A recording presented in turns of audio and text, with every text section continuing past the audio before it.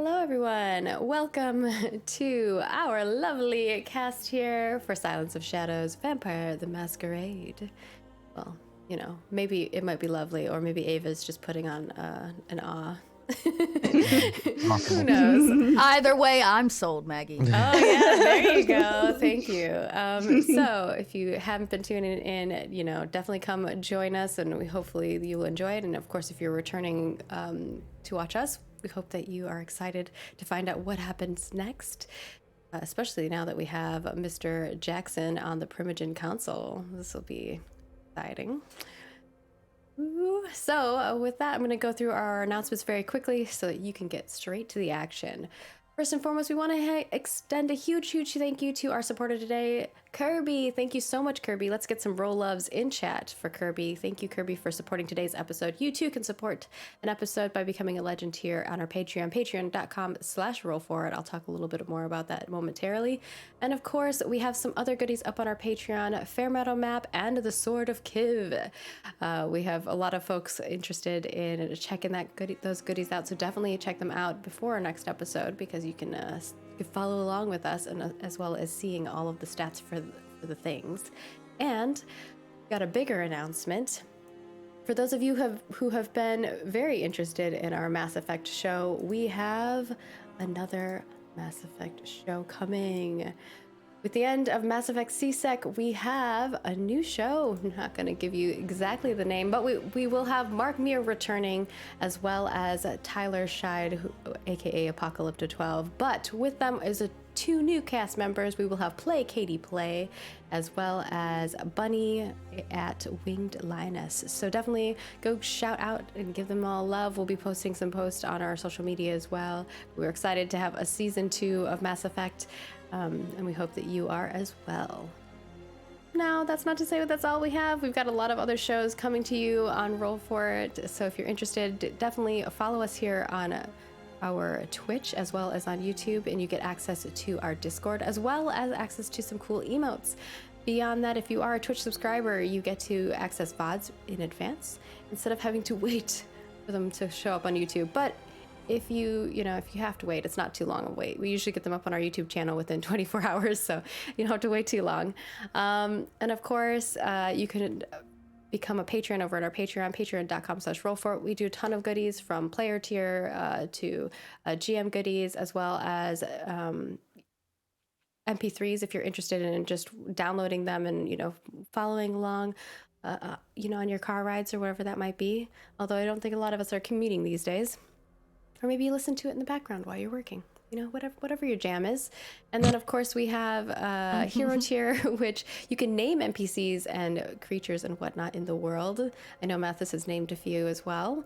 And we also have behind-the-scenes recaps every month that we go through all of the stats. So if you're interested in how Roll For It works, what new things are coming, how our plans are, that kind of stuff, analytics, definitely check those out as well. And then Legend Tier gives you access to a privately GM'd game. I believe this month we've got, who do we got? Are you returning with us, Dot?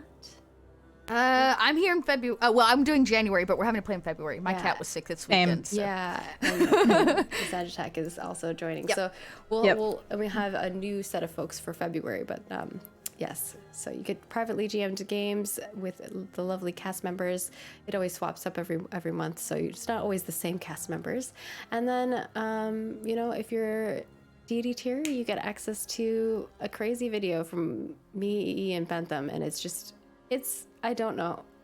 It's because we don't know how to say thank you for donating that much, or becoming a patron for that much. So we just give you something. Hopefully it's what you want. And I think that kind of wraps up how you can support us in a monetary way. But of course, if you can't support us in a monetary way, please do not. Always take care of yourself first and foremost. That is definitely important. There are a lot of free ways to support us, whether that's, following us on all of our social platforms, liking, retweeting, sharing, being here, watching, getting your other fellow friends and family or cat, dog watching as well. Watch on all of the screens in your house. No, just kidding. It could work. I think Why it not? gives you views for every single one, right? Yeah, why not? And if not, just put the live one on one TV and a separate VOD on all the others. I imagine Mathis has multiple TVs now in his apartment or in his house, and all he does is play I don't have an content audience. in the background. I don't have an audience. I just It's have just my own Mathis videos watching in the his own stuff. I'm gonna have to one background day at, like at 3 times speed. put a video at all 6 of my monitors and play them all at the same time, so it'd be like watching Roll for It. I do have a friend hack of at night before I go to bed, before I leave my office. I will pick a friend's YouTube channel, hit the play button, and say good night, and just let them run at the end of the night. Awesome. Yeah. Why not? Good friend, Mathis. Yeah. That, I There you stole go. that from Peanut Butter I Gamer because hope he does that it. I'm your friend, aka Roll for It, so that you know. I'm just kidding. It's like I said, all I do is put the stuff I'm in. I'm just narcissistic, so. Oh, okay, that makes Counts. sense. I suppose you got to have like the turnaround for. Well, something then I to guess invest it's a good thing you're here on Roll for It. Yeah, exactly. That's what I'm saying. in. It helps BTM all is of the you perfect because one for I'm you. in it. Then. I can't be too narcissistic because like I give you guys some things in VTM sometimes. I sometimes think about Sometimes. maybe letting you not be in trouble all Let's the go time. back to how many cast members are left from the original. How Half. many like viewers? So flip him a not coin bad. with Mathis. That's not bad though. Like half of the cast members made it all the way to season. You all the way killed to the- 2 in one. Yeah. We passed with an F+, but we passed. All right. Well, I think that's it for me for the intro. I'm gonna toss it over to our wonderful storyteller are- here. Hey, Enjoy. everybody wake up. We're all really groggy this morning for whatever, this afternoon for Wake whatever up. reason. Before we get going, Dot, how long would it take you to get your coffee refilled? I don't know. Y'all want to time me 30 seconds, Go maybe? get your coffee refilled. We're gonna be picking up today, episode 48. We are 2 episodes away from having a whopping 80 episodes between season 1 and season 2. Wow. Which is nuts to me. That's we've been playing together now for 2 years, pretty much Amazing. straight through. Like we've been together now as a crew for close to like 2 years, which is nuts. I'm gonna get emotional. Oh my god! And we open up and Ava's crying for some reason.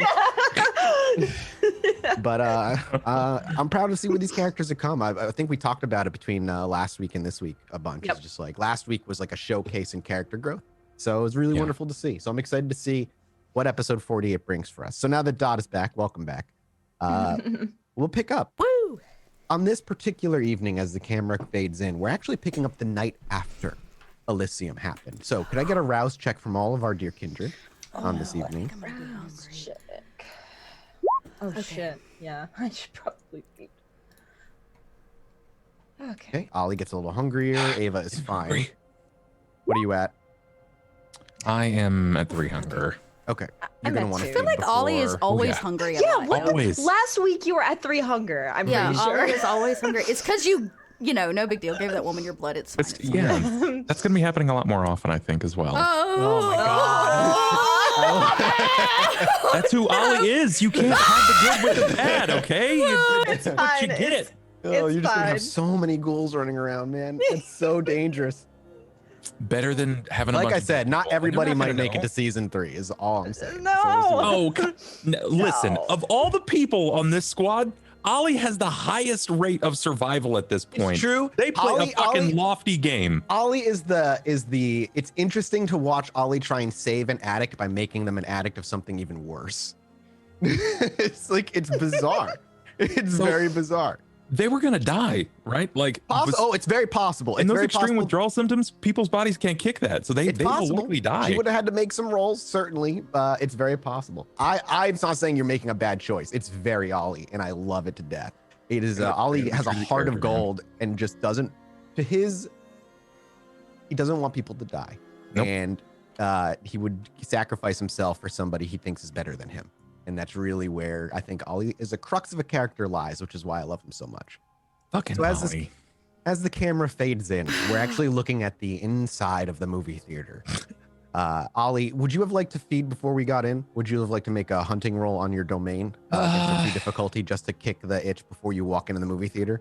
I can't imagine Yeah. Ollie would want to walk in to see the girls and be shaking or on the border of shaking. Yeah, that's true. Especially since like he kind of took the night to go do his thing. And I think it's only a 1 to feed. You only need a 1.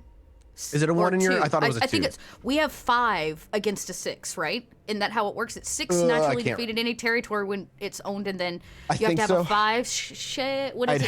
have to check the rules, but either anyways. way. I mean, you're fine. You know. Oh my God. I got 8 successes. 8 successes. You got.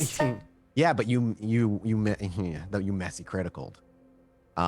Which on a feed roll, while the beast basically rolls forward. I need to check a rule actually.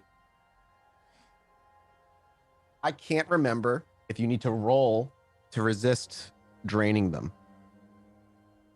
I think it's a hunger frenzy check. I just want to make sure. If chat finds it before me, let me know. I'm not looking. Because I know that can happen. Is a lot. Oh, that's like 7 more than you need.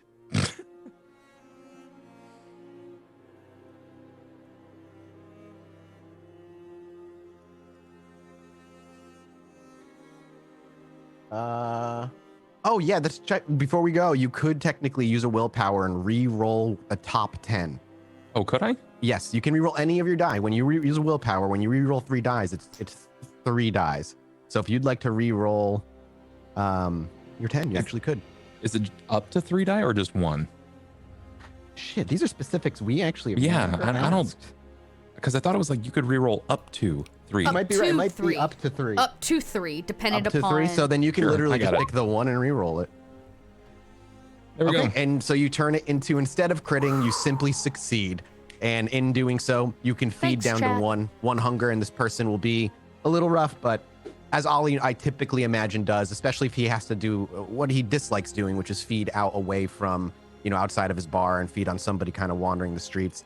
You imagine you put them in a place where, or you nearby somebody who will make sure they take care of them or call for help or whatnot, because they'll be unconscious on the street, but they won't die. Yeah. Regardless. Now that we've got that out of the way, the camera will follow Ollie after he's done feeding, as it picked up behind him. The opening scene, we'll reset it here. The opening scene is actually low by the sidewalk, a calm night, puddles from rain the night before, but clear skies on this evening, and the heavy boots of Oliver Hopkins in an alleyway nearby. The camera trails up from his feet as he continues to walk until we get to about shoulder height, before we hear a quick scuffle, somebody try to say something, but they aren't able to get words out before they go silent and there's a gasp of breath. The camera follows all the way up to the top where we see Ollie's face with the mask off dangling to the side, hanging off of an ear, buried into the neck of this particular person in an alleyway. Their eyes roll back and flutter a few times before Ollie pulls his teeth back, lick the wounds and cleaning the blood off.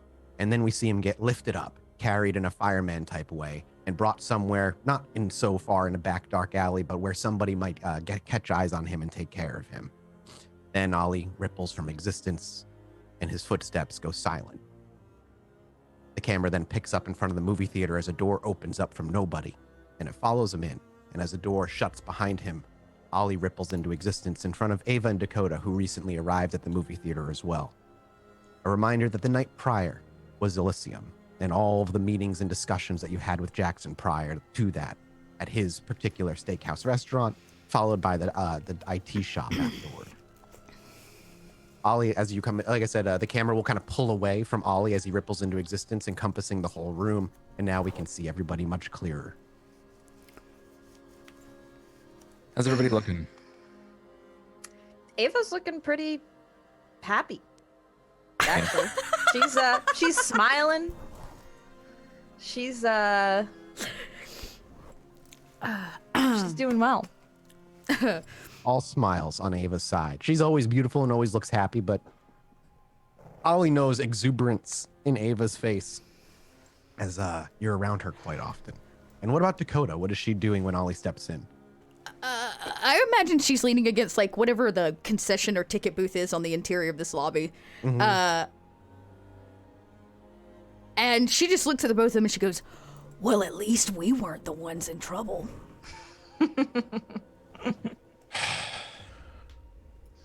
You're not wrong. Jackson has a pair of steel testicles.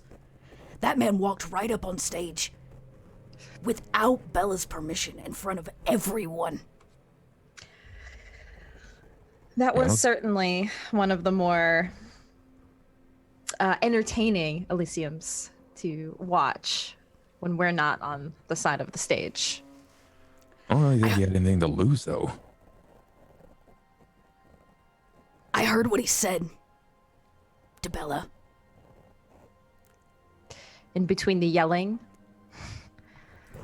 You know, ears and all. Yeah. What did he say? Basically, she should seat him because he's got stability and money and power, and right now things aren't looking so great. Placing him would have been a way to ensure people shut the fuck up and think Bella's still in charge. Focus on something else. Yeah, you know, like calm the masses.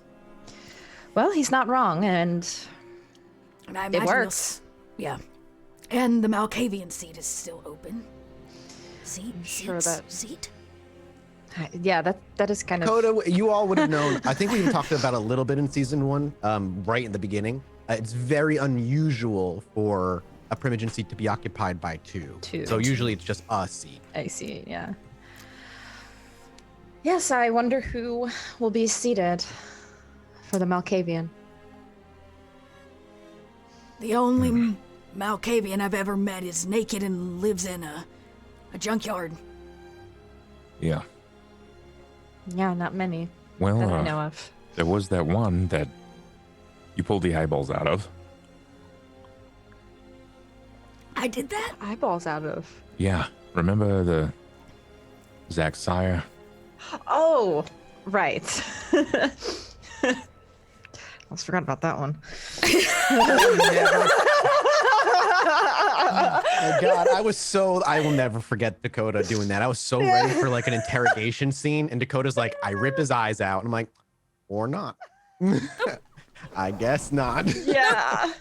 Yeah. That's right. I forgot about that. Yeah. Moment. I didn't. Yeah. I did. Wow. I did forget. We did. Yep. I met him too. Two Malkavians. Two of them probably not seated, not fit for a seat on the Primogen. So I guess that's something the prince will have to take care of. So, like, what now? Do we just wait? Wait it out? Guess we just sit on our hands, right? I mean, we've got other shit cooking in Chicago. We do. I want to meet McTavish. You've been saying that, Dakota, and he has not shown up to you. Yet. I think he's standing you up. It's happened to me a few times, Dakota. I know how it feels. Please. I'll actually probably laugh. I do not believe that any man has ever stood you up for anything, Ava. And I've never been in a position to be stood up, so you know what? I believe McTavish will show, and you want to know why? Well, I don't know why, but my gut tells me he will. I just don't know why. What he has to gain from that kind of thing. What does he have to gain from spending any amount of time with us? I don't think he's got shit to do with us. No. Well, he does fucking owe us. We did get his ass into the city, and Edith. I owes killed a fucking hound for him, so you know what? A little common decency of maybe a 2-minute conversation won't hurt him. I don't care what an asshole he is. Plus, I'd like to shake his hand. You know what I'm saying? That man walked into this city just a few weeks ago and just took out 2 Malkavian. Who doesn't want to meet that guy? Two Malkavian Primogen. I don't think he's the handshaking type. Well, we won't know till we meet him. Look, I ain't got nothing against the Prims. What did they do against me? What did they do against us? Oh, I don't have anything against them. I'm just... In this case, it provided itself as a really nice opportunity. I suppose that there's a silver lining, sure, but I think I'd it was say a matter of Jackson is convenience our more silver for lining. Jackson. I think it was mostly the convenience for Jackson. The way I'm looking at it, like big players like that, there could have been someone to help us against a sleeping sandwich. So I think it's a short sight loss, but eyesight. We got Jackson where we wanted him. I don't know. Every at least decent ally we make, as long as we're all fighting against the sandwich, is worth it. And it seems to me that at least McTavish is. I mean, I don't know. I got a bad feeling about this McTavish guy. Me too, but I want. Everybody else has been on the page of trying to be on the up and up. You can see their motivations, right? But Oh, every time his name is dropped, some kindred's hearts beat. They actually have knowledge of who this person is. He seems maybe not important, but at least he sets fear in them. yeah, but for people like Snitch and Jackson, and like all of those that have at least earned a modicum of our respect, for them to be like, ugh, it's like the thorn in the lion's paw, right? I just hope he's not a thorn in ours. Maybe not. I want him to let the gangrel through the Anarch territory without fucking with them. He's hiding there somewhere. Yeah, I don't think you're wrong. I'm Considering sure the fact that we're helping Boss, well, at least you are. It's gonna be And easy. that, yeah, but that bar is going to provide at least a little bit of cover for any anarchs that he's moving through for whatever rebellion that he's trying to light a Right. fire under.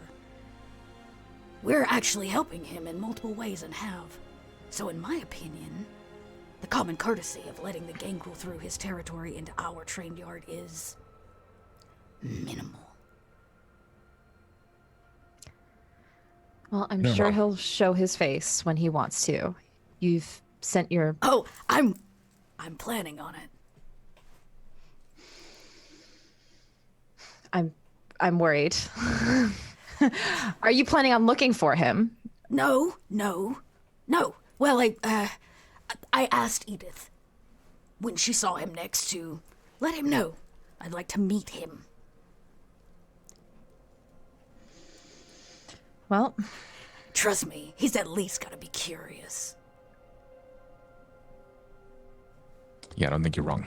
And as Ollie kind of just cuts conversation with, I don't think you're wrong. There's a disturbance as there's a gentle may be the wrong word, but it's like a normal rapping at the door of your theater.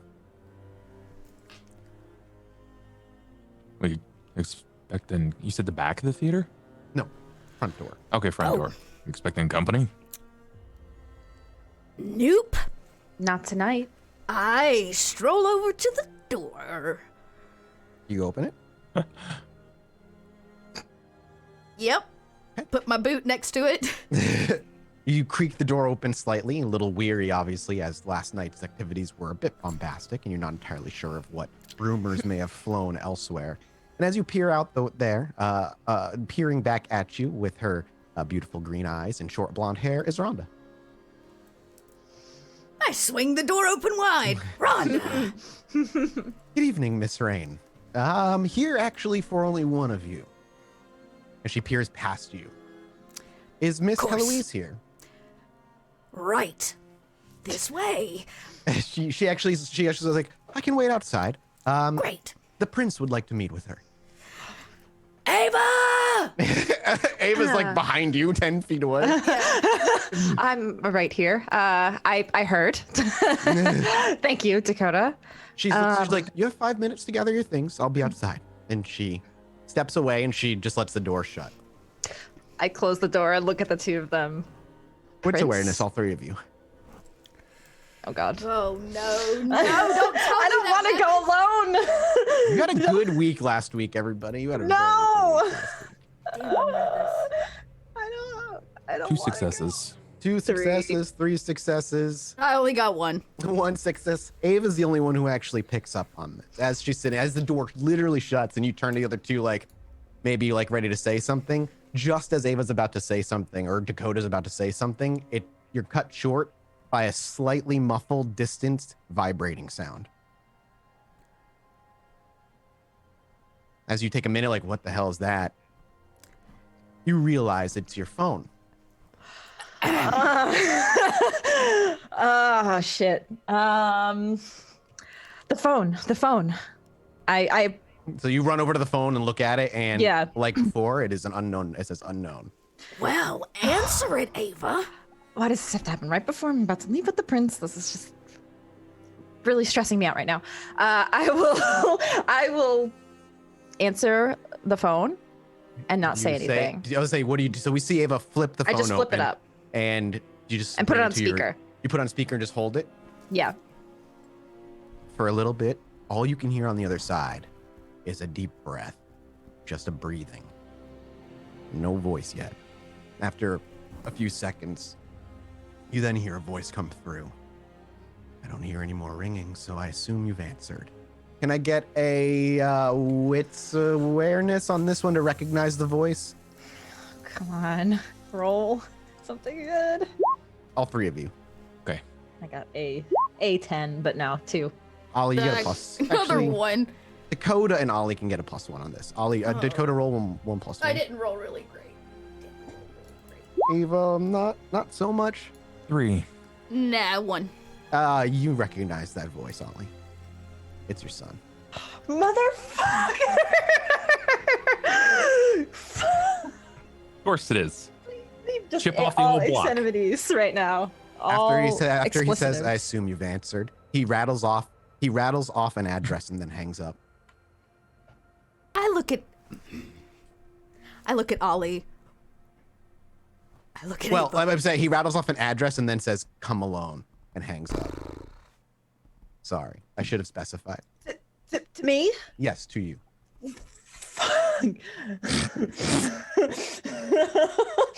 I take the cell phone. Hey, here's what's up. You're gonna go Dakota, round. No, Hang on. I'm about to have a meltdown. I was gonna say, I think Wait, we need a frenzy Oh, is check she? out of Oh no! You have two choices, Ava. As always, you can ride the wave. Therefore, you do not need to actually make a roll, and you have control of your character. But I will give you instructions and maybe give you a compulsion, or you can roll to resist. It is a fury frenzy, however, because he has your touchstone. Now that you know who it is who has your touchstone, Oh. This may be So, more of a grab Ava and not the phone I will give situation. you. Let's just hang on a minute. Let's go to page 220. I've been excited for this week for a little bit. Mother, God. Okay, so let's look at rules for riding the wave for you real quick.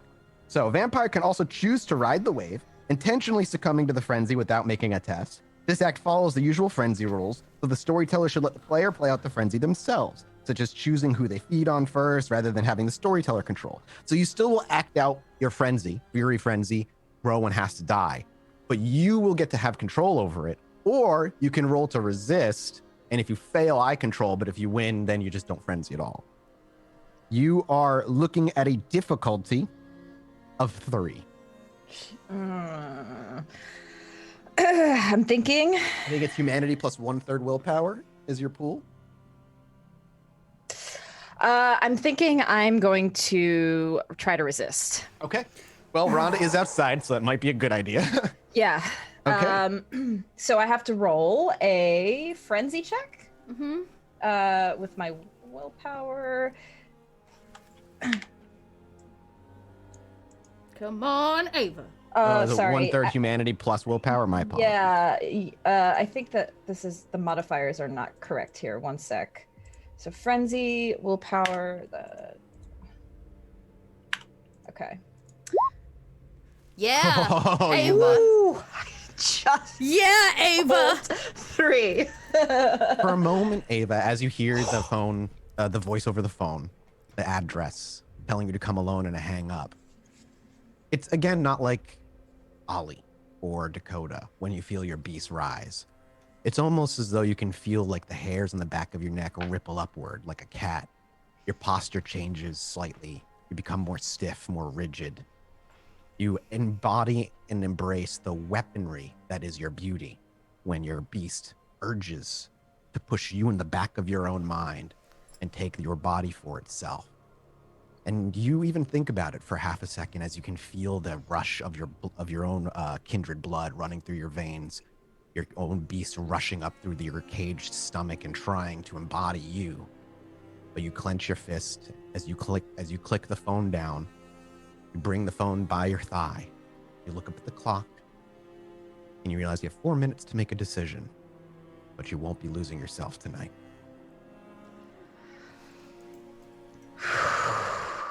Ollie and Dakota, you've seen her fight with her beast many times before. And this is not a strange occurrence to see her for a minute wrestle with herself, but she seems under control. When the phone clicks shut, you know she's still there. Dakota approaches kind of slowly and slips her pinky into Ava's pinky and then kind of squeezes real tight. And I kind of jimmy the phone out of her hand real slightly. And As it's like gripped. yeah, I'm like, it's okay. I'm just gonna take that. Hey, Rhonda's outside. You look great. You'll always look great. Go talk to the prince. When you're done, we will meet you at the address. A block north on the corner, okay? What if it's too late? He didn't give you a time frame, did he? Does he need to? I kind of look to Ollie like she can't be in two places at once, so... Is Rhonda just standing there? She's outside the building. She's out Okay. front. You got 5 minutes. Thank God. Shut the door. She stood outside. If I lose my father, I will probably lose myself. Then would you like to ask Rhonda to return at another time?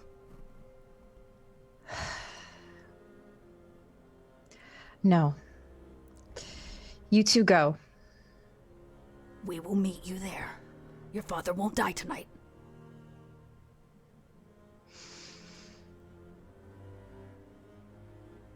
We see Ava compose herself, nod, Yeah. and then with a blink, all that tension, all that anger, all that frustration melts away as she stands elegantly, puts on a smile, and then begins to walk toward the front door with confidence in her stride.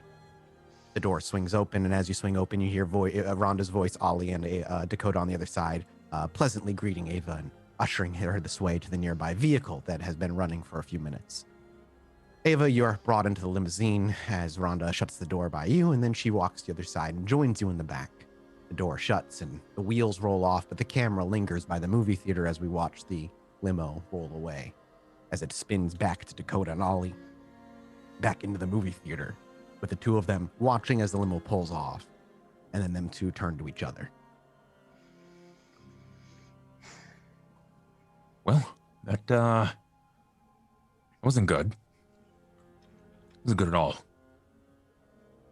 Wasn't good? Wasn't good?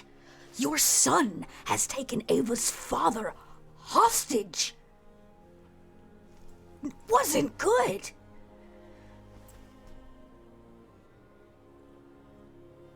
Well, do you want me to go paddle him? I'll bend him over and make sure that he gets a good backside smacking. It's not exactly my favorite thing either. I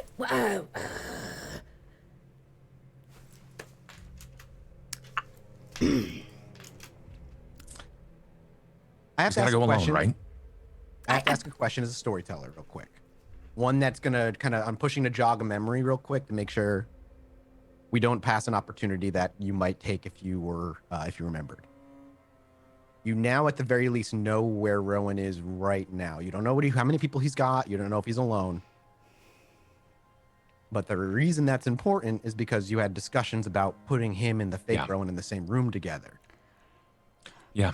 Or I'm not saying this is the time. I'm not saying there's not going to be another 10 times that there's an opportunity. Sure. But I don't want that one little string that we brought up like 4 or 5 weeks ago to go on. No. I'm on board with it.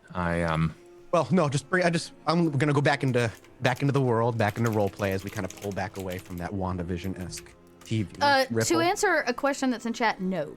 He is not Dakota's touch tone, not since she took a beating for Rowan in an alleyway. I don't know if we talked about it on the camera, but me and Dot talked about it off camera about shifting that because of the situation. So, yep, not anymore. So, sorry, back into the world. Okay. As Dakota's like bringing her hands up to her face, and she's just seemingly, obviously not distressed, but frustrated or. We can't go with Ava into that building because, for whatever reason, he seems to have enough gall, or at least enough direct interest in us to send people into the ivory tower to drop a cell phone at Ava's doorstep. He's probably been watching her. You do know that that whoever dropped the phone, you got camera footage, was some other person. But he had resources and bribed somebody. He had the resources to make it happen. I just don't. Yeah, in case chat thinks it was him that went in there. No. He didn't go into the ivory tower. I gotta go. I have to be there. Okay, I agree with you. I'm just saying, if we're gonna go, I would really like to take him and maybe get him to possibly, do that thing where he kills the other Rowan, so that there's only now one Rowan. Yeah. Right? Yeah, I have to. And I will. I don't know how I'm gonna make it all happen, but I gotta.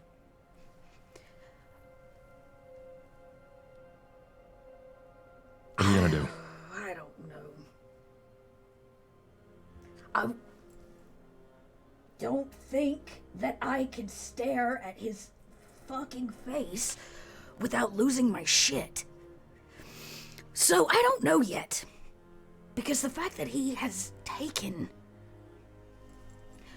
There are so many things, Ollie, and I probably grab you by the shirt a little bit. I'm like, he is such a little prick. A fucking pretentious little piece of garbage. He's broken. For what I understand what it is to be broken. But his fucking judgments of us being somewhat less than or wrong. I didn't take his father and torture him. I didn't shoot an old man in the chest with buckshot.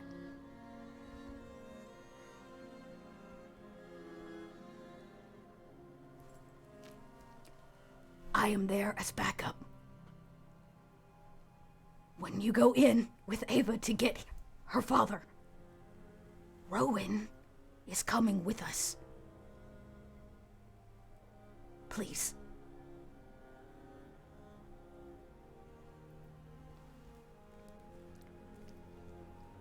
Yeah. Yeah, well, we gotta go. We need to get out of this. Well, if he sees us coming, it's over. And if Ava shows up and her dad's dead... Oh. And on that, and Dakota swallowing it, we see the two of them leave the movie theater. Now, are you heading right to the address, or do you want to detour elsewhere first? I'm actually gonna ask. Yep. Dakota, can you pick up my other son? You know where he is, right? You mean the... You want me to go steal your son from the prince? Not exactly my son. And I haven't been in to check on him for a while. Been a little wrapped up here. What makes you think he's just gonna come with me?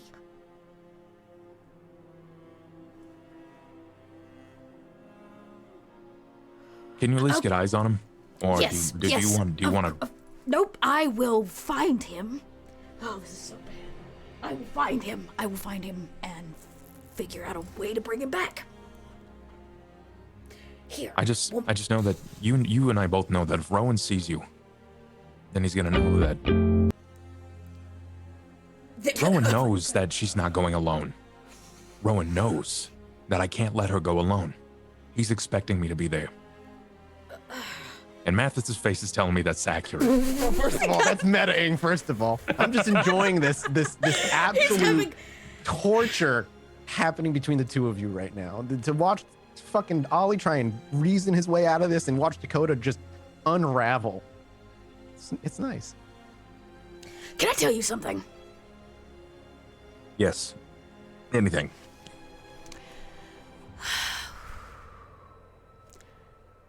Neither of those two boys deserve the efforts you're going through.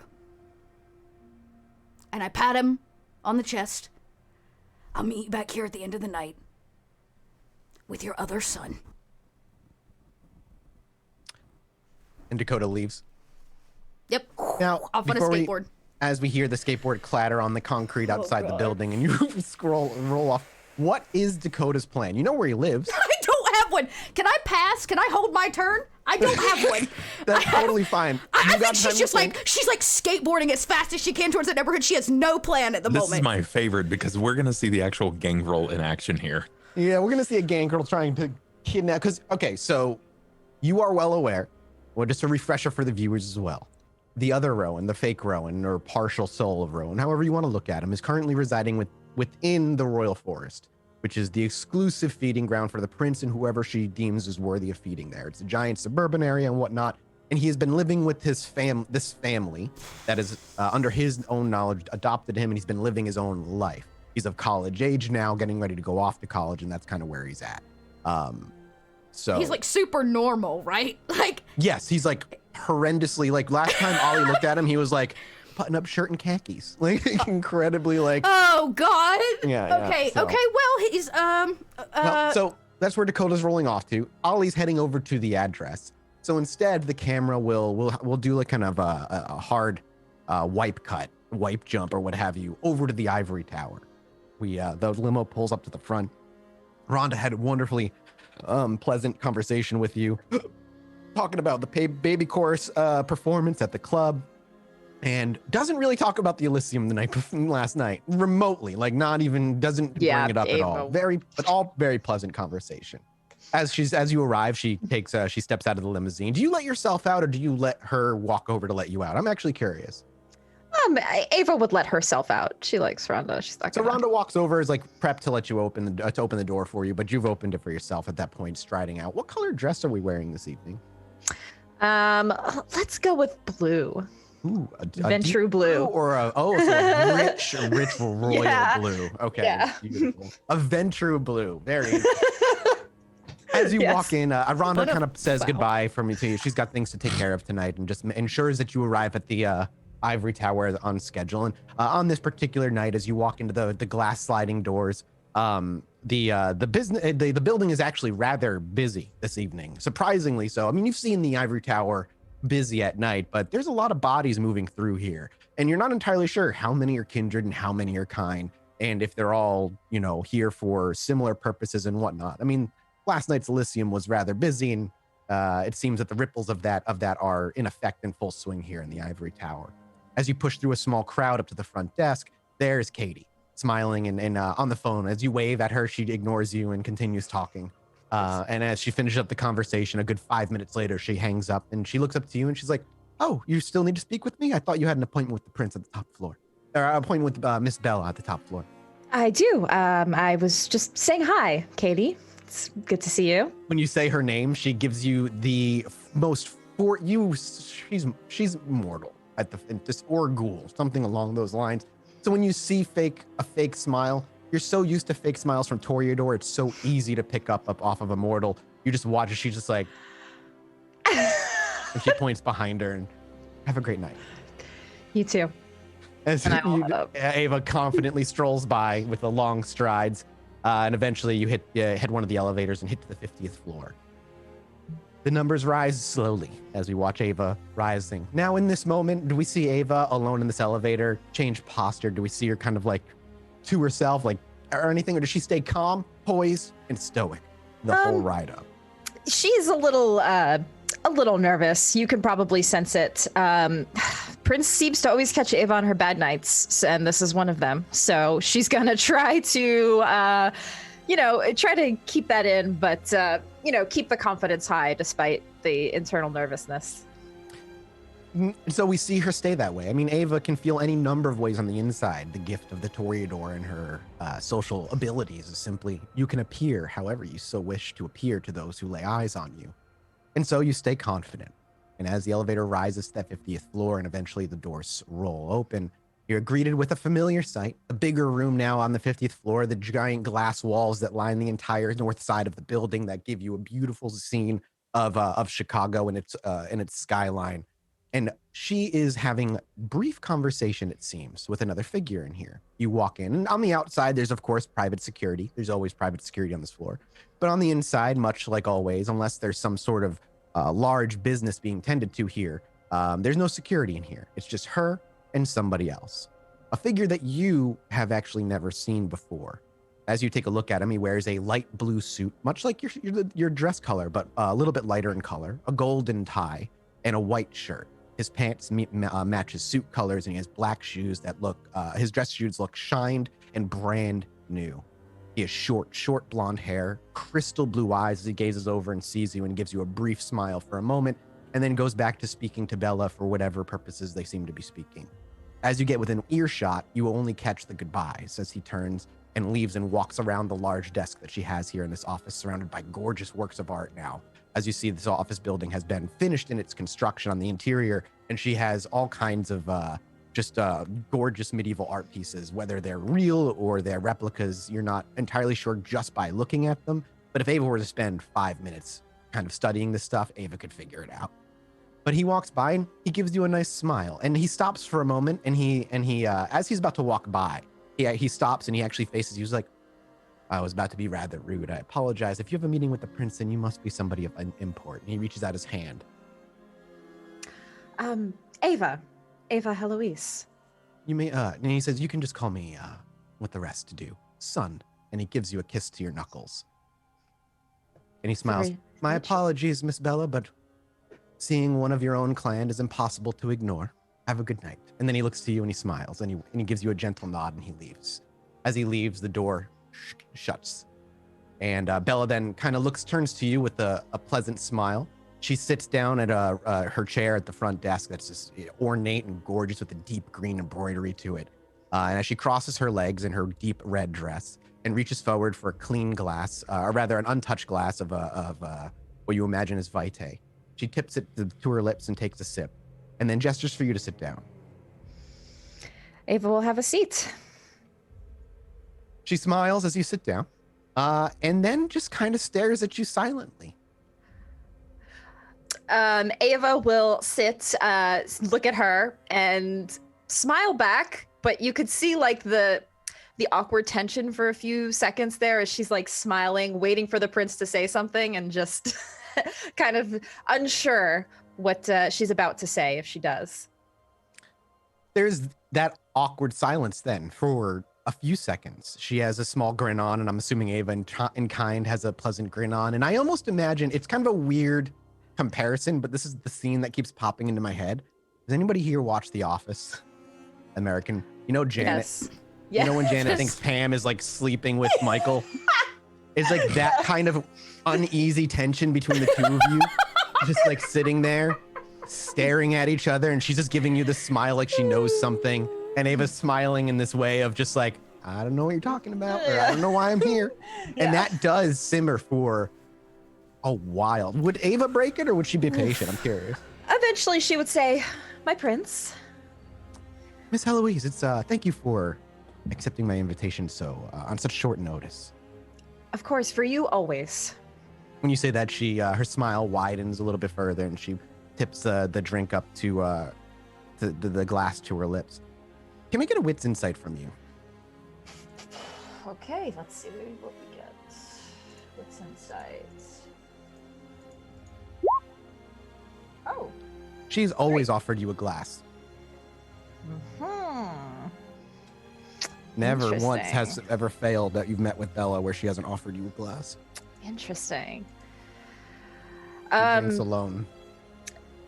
Ava will just she'll note that, but will continue to try to make conversation with her. So I see. What's been on your mind? I see you call me here. What a charming almost naive question, Miss Heloise. Chicago is, and always has been, a breeding ground for volatility and chaos. And if you were there last night, and I'm certain you were, you would have seen how volatile and how chaotic Chicago can be at the loss of one or two of our own kind. Of course. I am deeply sorry that it did end the way it did. And how do you feel about last night's events and learning of the fate of the Malkavian twins? It was a shock to me. It was a shock to my coterie. It was not what we were expecting when we were called to an Elysium that night. It was not something I wanted to do. An accident, or rather an unfortunate accident as it was made to appear. But it seems that, as we've learned last night, that particular accident with the twins, there's just something that doesn't sit right. My tongue tastes strange. We're looking into it. Beyond that, though, Miss Heloise, any other thoughts on last night? How things transpired?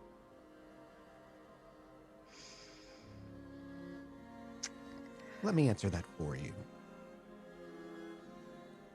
Last night opened my eyes. It showed me that my own confidence and hubris would have and almost was the end of the Camarilla here in Chicago. A mistake.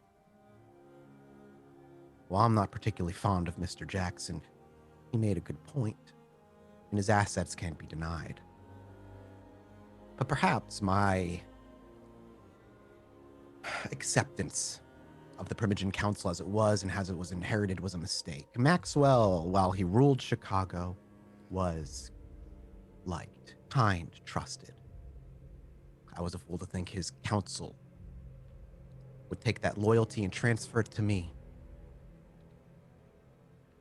And so with the death of the Primogen Malkavian twins and the seating of Mr. Jackson, I think it's due time we make sure those sit on the council are properly aligned. What do you think?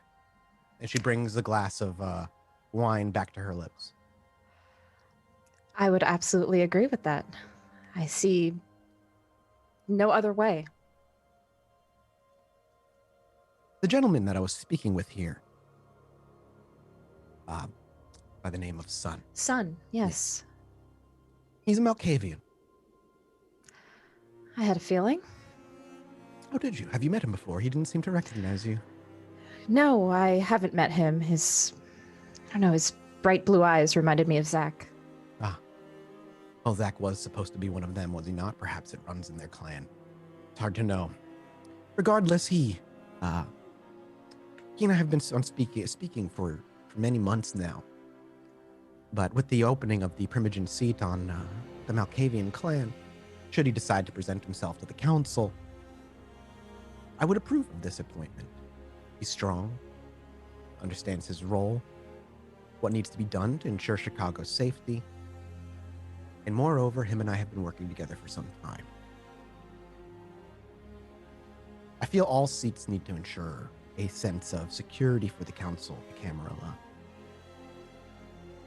What are your thoughts on Rosa? To be honest, I haven't thought much of Rosa. She is very much the spirit of a gangrel, very aggressive. Steps out of line often. Do you have concerns? I question her need, the necessity for a gangrel Primogen member. She's so outspoken, of course, and she's passionate. And I admire her for her passion. We all have our passions. But who does she represent in the city anyway? Herself and Miss Rain? I think it is good to have representation from each clan, whether it be at least a little to a lot. There is a better argument for the La Sombra to have a seat on the Privileged Council than the Gangrel. There are more La Sombra within Chicago at this point than there are the Wandering Clan. A La Sombra on the council. How do you think the rest of the Primogen would feel about that? Well, it depends on the Primogen.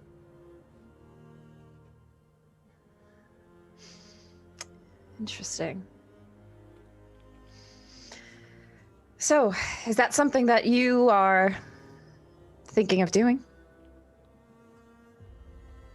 It's one of the many things on my table. Many options.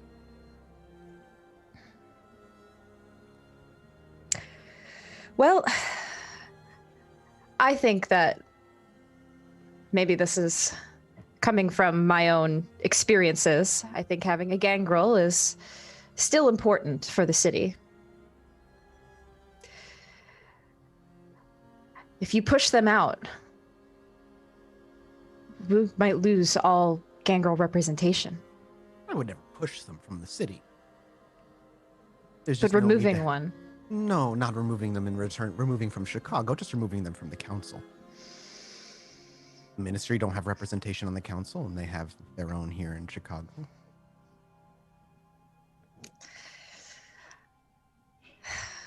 I understand not every clan will have representation, but I still think the gangrel are looked better on than La Sombra. There's something about the La Sombra I think still sets uneasy with many kindred. And what do you think that is? There's a lot unknown to them. They are not one of the... They're not one of the more known clans, I guess. One of the originals, as some would say. She laughs when you say not one of the originals. Not a Toreador, not a Ventru. You are in need of history lessons, clearly. I mean, one of the more accepted ones. That much is true, at least now. Though the tides and the winds are changing, at least hopefully. With the La Sombra and the Camarilla. Ava, do you remember our history lesson? I do. Would you like to repeat to me, not the history lesson itself, but the moral of the lesson? The Otai? Yes. I'm glad you remember. You see, oh, Miss Heloise. Where do you see yourself in 20 years?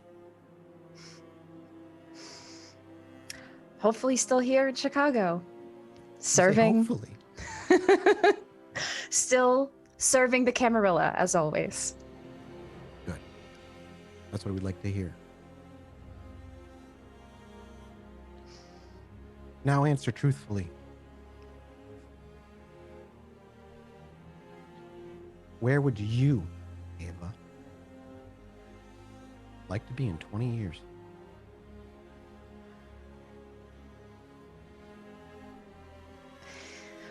— 20 years. I mean, truly, I would like to be a Primogen myself. She smiles, leans back into her chair, and sips her wine, or her vitae again. And how do you plan to accomplish that? As all do. Doing good deeds for the Camarilla, working my way up. Paying my dues. I feel I've been doing that already. Slowly but surely. I mean, I have a personal meeting with the prince, so I must be doing something right. Yes. Yes, you've been doing many things right, Miss Heloise. Of course, not always. There's been certain learning that's had to be done. I understand that. And I do learn from the mistakes, albeit sometimes slowly, but surely. And when you say serving, do you mean me? Of Do you course. see me as Prince in 20 years, Miss Eloise?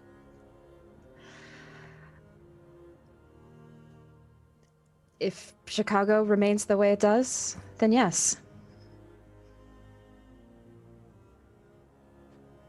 I enjoy my conversations with you. Because you're Toreador.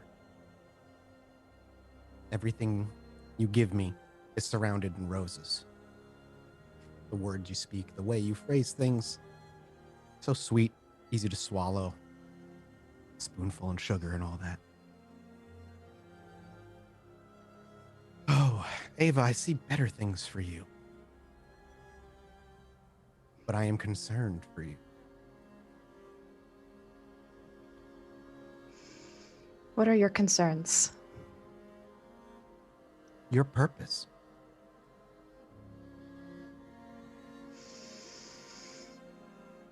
I meant it when I told you I prefer to allow them choice.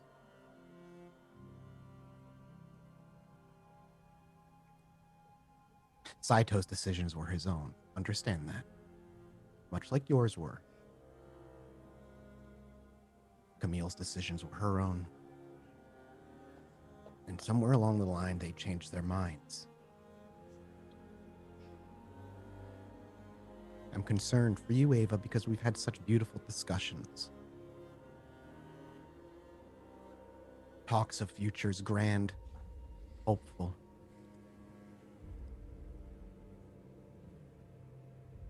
We are the same.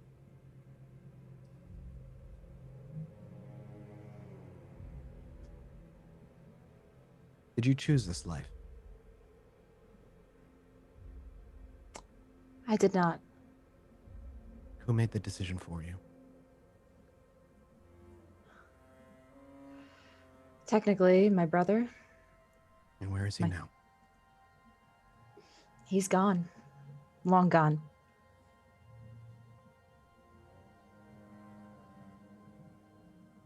Because slave owners don't deserve to be alive.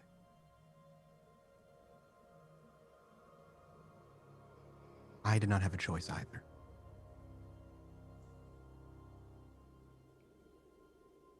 Born into this life without a question, autonomy, or options, like you. Everything taken from me. My family, my children, my life. Gone.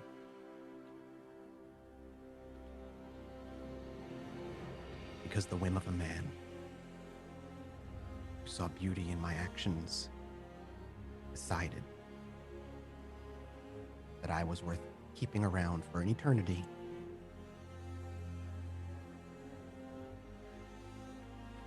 And I'm not the only one he did that to.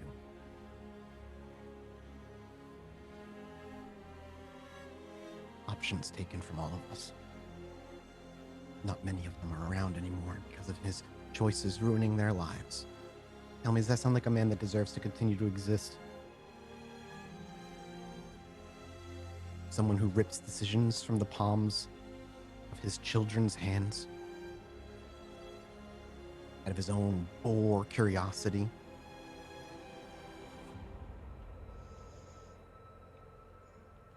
No. No. No, he does not.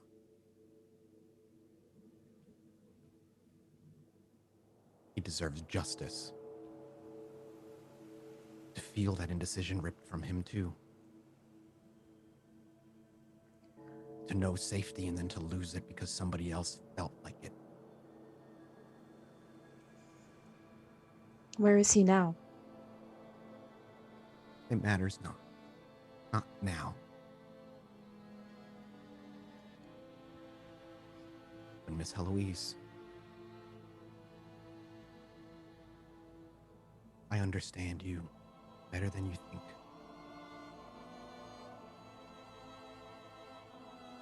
I will have what I need.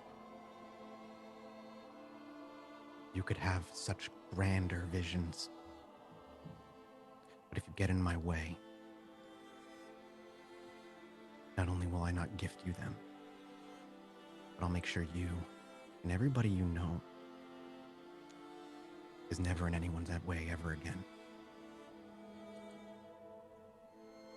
I don't know what you've done. And I don't know what or who you've been in contact with. But she knows. And I can't have you be getting in her way either.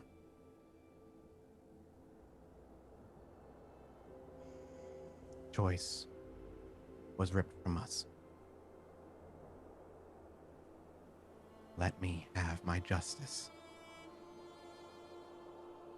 And you could have the city.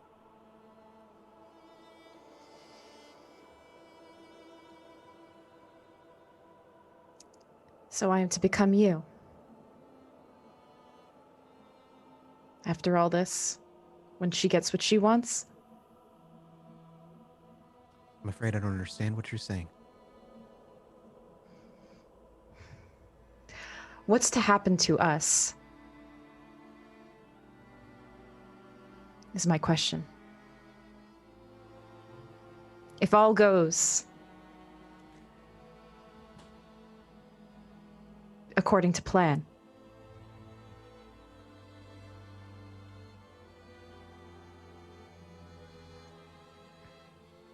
There is a moment where she seems to look from you, break her sight. Can I get a wit's awareness?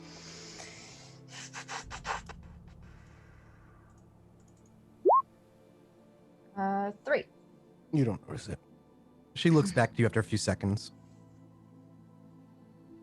We have Chicago. And she has had her revenge.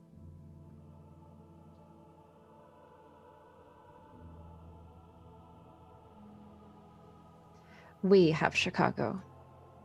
We, the kindred of this city.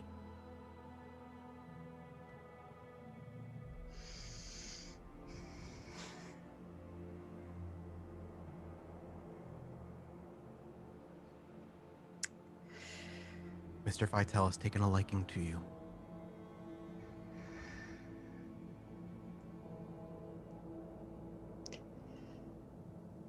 I don't say this to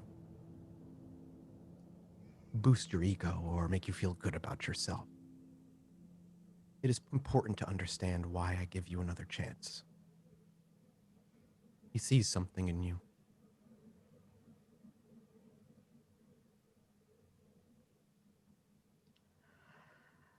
And his opinion bears weight.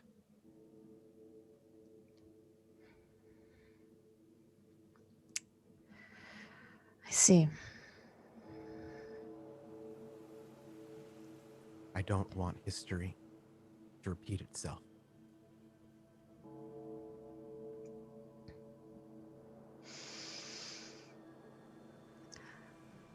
I understand.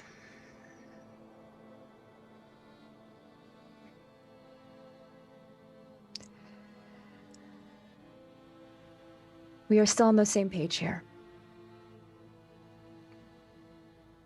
I want to trust you.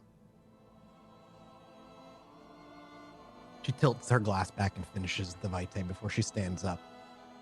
And so I'm going to. I told you. Choices. I do not control you, Miss Heloise. I choose to trust. One last time.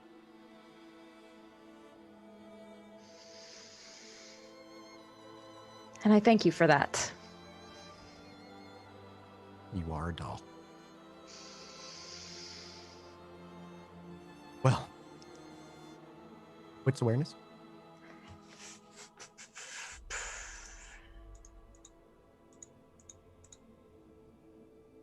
That is another 3. This time, as she stands and she moves. Oh, Wait, that was a 4. delayed roll, I guess. 4, you critted. You do notice as she stands, her shadow seems to follow a quarter of a second after her. It's almost like a ghost image. It's just slightly after. It's very hard to pick up on, but because she moves by a light, you notice that when she places her glass down, the shadow just isn't in sync fully. Like there's a few frames of lag or something. Huh. Interesting. She spins and turns to you as the glass is empty. I have business to attend to, Miss Heloise. Thank you for joining me so quickly. I appreciate the conversation we've had, and my nights have been busy. Perhaps we'll speak more again soon. Of course. And if there's anything you need of me for anything that's going on in Chicago, please reach out. Of course. We'll drop everything to help. And if you know of anything that happened, or if you have learned of any information as to led to the death of your twins, please, I would very much appreciate that passed my way. Have a good night. You as well. And as she spins and faces, she turns slowly rather and faces the city, her back to you. You can see the deep cut down all the way down to her small of her back on this gorgeous dress that she wears. You leave as the doors open into the elevator, and down they begin to travel. Ava stands in the elevator and keeps the same look and composure the entire way down. Doesn't change, even though she doesn't have to breathe like a sigh or anything, she just maintains the same composure all the way down and out of the tower. And as you stride out the building, there is a car willing to take you back home. Geronda is not there, but there is a ride. As you were brought here, you will be brought back to the movie theater if you so choose. Can I request a different address? You, of course, you absolutely could request a different address, but you will know that person, and they're probably a ghoul. They're probably fine. I would not exactly where Rowan is, but like a few close blocks enough away. where you can walk. Yeah, that's fine. Yeah. I'm not going to worry about it. Yep. Before we go there, though, where you'll meet up with Ollie, the camera needs to go and shift and rewind time a little bit as we're skateboarding down into the Royal Forest. Okay, wait. Okay, go ahead. I had time to think about That's this true. now. That's true. You have I had that time to think about this, so I'm not just like Dakota on a skateboard. She starts that way and then stops, and she loops back around to the train yard. Okay. She gets there and kind of starts like banging on the sides of these cards, and she starts yelling, "Molly!" Molly! Does not take long as you're shouting and banging and denting cars. Eventually, you hear footsteps not too far from behind you. You're not sure if she came from behind you or maybe looped around, but eventually, as you look around, you actually see her. She's like, "What the fuck are you doing?" Hey, I need your help with something. She could visibly confused as she finished her jaunt up to you. What? Help! With I need what? your help with something. I was hoping that you would beat me up. Wait, what? I'm sorry. Am I not speaking English tonight? You're asking a really, really dumb question. You want me to beat you up? That was not a dumb question. You want me to beat you up? Like how? Yes. What kind? Like lasting damage? I need some superficial blood and cuts and some bruises for a reason. She walks over to you. She has like a really long, she'll actually pull like a knife, and she'll actually walk over to you and she'll sink it into your shoulder, just like as far as she can. Okay. And then as she pulls it out, That's the spirit. she bops it with the back of the blade, and you look down and you watch as the wound goes. She's like, Okay. you should forget. Okay. I really do not need your sass tonight. I just need you to take some of that aggression and put it to good use. I'm saying do some lasting fucking damage, you know what I mean? fine. Just you. Come on, you know you want to. You do. And there's a moment you watch as she bares her claws, and you just sit there and take it. Yeah, the goal is to I need something that's gonna last a little bit. I need It's got to to be look injured. aggravated. It's got to be aggravated. That's all right. damage. It'll have to be aggravated. How much aggravated do you want to take? How much are you willing to take? I can stand there and take technically 11. I think my health is 11, so Yeah, I'll but take aggravated 5 damage- of that. 5 of that. Yeah. That's half. Let me just double check a rule real quick. 5. I know it's gonna be lasting, but I can't just walk up into this kid's house and be like, knock, knock. I I'm not able. I can't be like, you want to go on a date, or like No. I can't. And I feel like breaking is a bad idea. Just a bad idea. Hang on 1 second.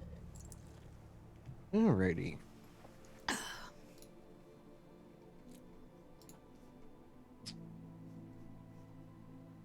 All right, so you want to take 5 then. You're gonna take 5 ag damage then. She's gonna use her claws, and she will, like, it burns, it sears, your wounds eep out vitae, and no matter how hard, like, your body is instinctively attempting to heal them as quickly and as badly as it can.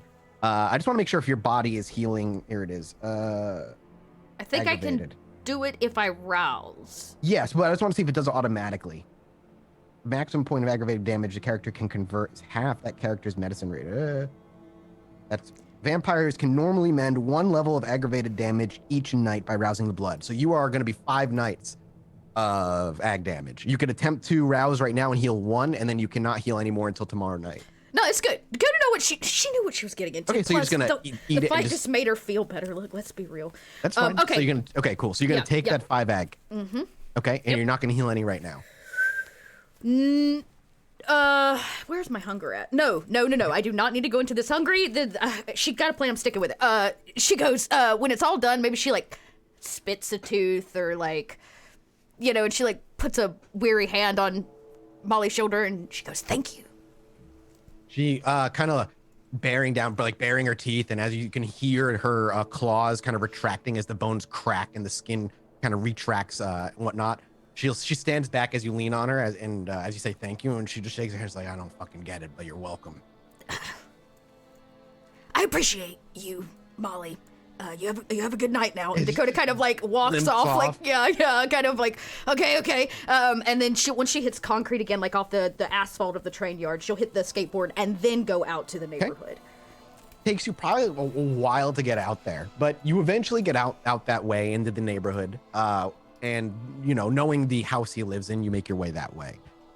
As you approach, much like last time, it's a 1-story family. You can see, looking around in the windows, there's some movement. It's not super late, probably close to like 11:30. And as you watch, there's people moving around in the building. People still there. He has what, two parents. moms? No, mom and dad. Yeah, it's got mom and dad. So he's got 2 parents, and he only child. Only child. Okay. This house, I guess,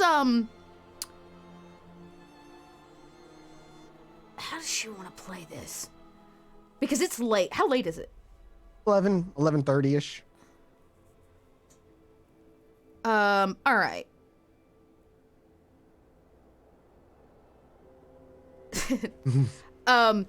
Dakota does 2 things. She will, how many cars are in the driveway? What? Does he, okay, just 1 car. Okay, so he doesn't have a vehicle, more than likely. Doesn't look like it. All right. This is all very helpful. Okay, Dakota is going to sneak up to the car in the driveway, go to the back end, and just, like, dink it real hard, like, fawns the shit out of it so that the car alarm starts going off. Okay, so I was gonna have you make a dex stealth check, but because you're just walking over there quietly, Yeah, I'm just gonna like elbow it. Like, boop. You dent it. Do you go to dent the thing? I don't really want to dent it. I just want it set to go off. Okay, Yeah, I that's just need fine. it to We're go not off. gonna make you roll. Dakota gives it a hard nudge. It actually shakes a little bit, but then it goes. Whoop, whoop, Yeah, Dakota's whoop. gonna run to the opposite side of the street, like near a gutter or a drain, and just go limp. Okay, all right. We see Like Dakota within run eye over. shot of it. Does that make sense? Yeah, I see what you're saying. Can I get from you, as you walk over there, let's go with a manipulation performance check. I'm just going limp. You're y'all. going to play dead, right? Not going to play dead. I'm just going. Go play I'm going unconscious? unconscious, or just like lay out in the road. I'm not saying it's a high. You need a lot of victories here. That's good because I don't think You I have get a any- bone because you are technically a corpse, so you're actually looking at like a 1 difficulty here. Did So it if you can just go? roll, I was I about to just say- heard the whoop. I heard. Hey, you got 1. That's all you need because you are a corpse. So we watch as Dakota walks over. She's like thinking for a minute, maybe like half a block back, pacing quietly as she like looks at the house under her hood, and then she makes a decision. You see her scamper across the street, like ram into it with her shoulder. The alarm goes off, and you see her run back across the street as the camera sits by the car, and we just watch her body go onto the ground, limp. eventually, as some time passes, there's you. I assume you have an eye peeping open. Yeah, maybe I'm like one eye. I'm looking at the door, like waiting to see who comes I love out. this, but I gotta roll real quick because it's dark out. Okay. So you are watching, and you see in the window like somebody like peering out, and then you just see them reach over and go, doot, doot, and then they close the blinds. Was it him? No, it was probably it was a male, but it wasn't Rowan. Wasn't Rowan? The father, like what you assume is the father. Sorry, he did a bad. He didn't roll to see it. You very well. That's okay. Dakota like, God damn it. She like crawls across the asphalt and like bangs the car once again. So whoomp, and then the car once again starts going yeah, off. we're gonna do this to one of them. I need somebody to come outside. Okay, so And you go back across the street. This time she like looks around and she's like, "Where's the street light?" That's where she goes to drop. This time, like under one of the street lights in this neighborhood. Let's go. Let's roll. He needs less successes, and he gets one extra die because you're under a light. Yeah. There's a moment where you actually can see light flood out from the front door as he stands out there in his t-shirt and boxers and like slippers, and he's looking up and he presses the button and turns it off, and he looks around for a minute, and it looks like he doesn't see you as he's about to turn around. He doesn't see me. But the door's open and he's in the doorway. Okay, great. If he's outside enough, Dakota will let out a like, oh. There he stops short. He's like, huh? Hello? Is somebody out there? Oh, and you hear the flopping of his slippers on the sidewalk as he runs down. Then this crunching of the lawn under his feet as he comes over to the street. Now he can see past his car under the light. He's like, oh, Jen, call 911. And he runs over to you and he kind of drops to a knee. He's like, what happened? Are you okay? My wife's calling 911 right now. Let's get you inside. Dakota just kind of grabs and goes, help me. Yeah, she'll get up and go with him inside. And he lifts his hands. Yeah, I'm looking forward to this. I need you to make a roll as he breaches the doorway into his home. I gotta just check the roll real quick. Okay, I need to make a roll? Yeah, because the building's warded. Of course the building is warded by blood magic. Hang on a second. Okay, oh, that's true. Yeah, that makes sense. I just need to check what you need to be rolling. That could be hilarious. This ought to be fun. Well, you might be fine. I just want to make sure I just need to check what the ward is. Ward against Canaanites. Blah, blah, blah. Yeah, you're not gonna. Here. My hope is that, considering the fact I took an actual beating, I don't have to make as many performance checks. Like, if I don't have to lie. If I don't have to lie, Wait, you it have helps. to touch the ward? Am I incorrect? By them to touch the trigger. Oh, well, I mean, if it's not like a force field and you only have to touch it, he's just gonna walk you through the barrier. So you might not even have to make a roll. I just want to double check on that. That feels wrong, but I might just have misremembered it. That's all. It's okay. I gotta play. Look, if there is like a force field and Dakota's like doing, I'll figure it out. Yeah, but I think you have to touch. Like the actual rules say as long as you have to touch it. So any attempt by them to touch the item triggers the effect. So you might just get brought in. Yep. Cool. So you're gonna get brought in. I hate that worked, but hey, you just get ushered in. However, I took a beating for me to be able to. You will need to leave the building, and you don't know there are awards there because you're getting brought into the building. So that's true. That's true. He walks you in, and his wife is on the phone as you get brought in. Your brother's a very small living room. Oh, okay. No, I just want to say, explain the living room to you. Okay, perfect. You get brought into this small, like kind of old '80s, well kept though, white couch with these blue and yellow flowers all embroidered onto it, pressed up against the bar that separates the living room from the kitchen area. And the decoration here is the '80s never left. Like the framed flowers on the windows, the weird pastel colors. It's just really, really old. And he kind of lies you onto this couch, and as you lie onto it, you can, and like the air from the couch comes up. If you were to take a breath, it would smell like 20 years of the same people using that couch. Just their scent burned into it. I have some. Okay, now I'm interested. Based on the description, this place hasn't been updated in a long time. Do I have Bloodhound, which I believe allows me to suss out the resonance of a Do you? kind? Do you have it? Let me double check. I do have Bloodhound. And so what does it say specifically? I believe I would have to look it up too. I believe Bloodhound allows me to Let's find out. like smell human blood and the resonance of human blood. 182. I think is what it is. Double check me on that, Mathis. Because I want to know if they're Gould. I don't know if that qualifies or not, but I'm gonna try. Bloodhound. You can smell the resonance of a human's blood without tasting it. You still need to be within olfactory range of the person. Make a resolve awareness test at difficulty 3. Increase the difficulty for perfume or distance. Lower it for intimate contact. Oh, yeah. So as he goes to lay me down, Dakota just wants to like. Yep, he's immortal. You would smell that he has. Okay, and I guess You I wouldn't be able to tell if smell he's the a Gould. kind blood. Yeah. Yeah, you would just be able to tell if he's immortal, and he is. Okay, perfect. That's I just want to check at something one more time. least-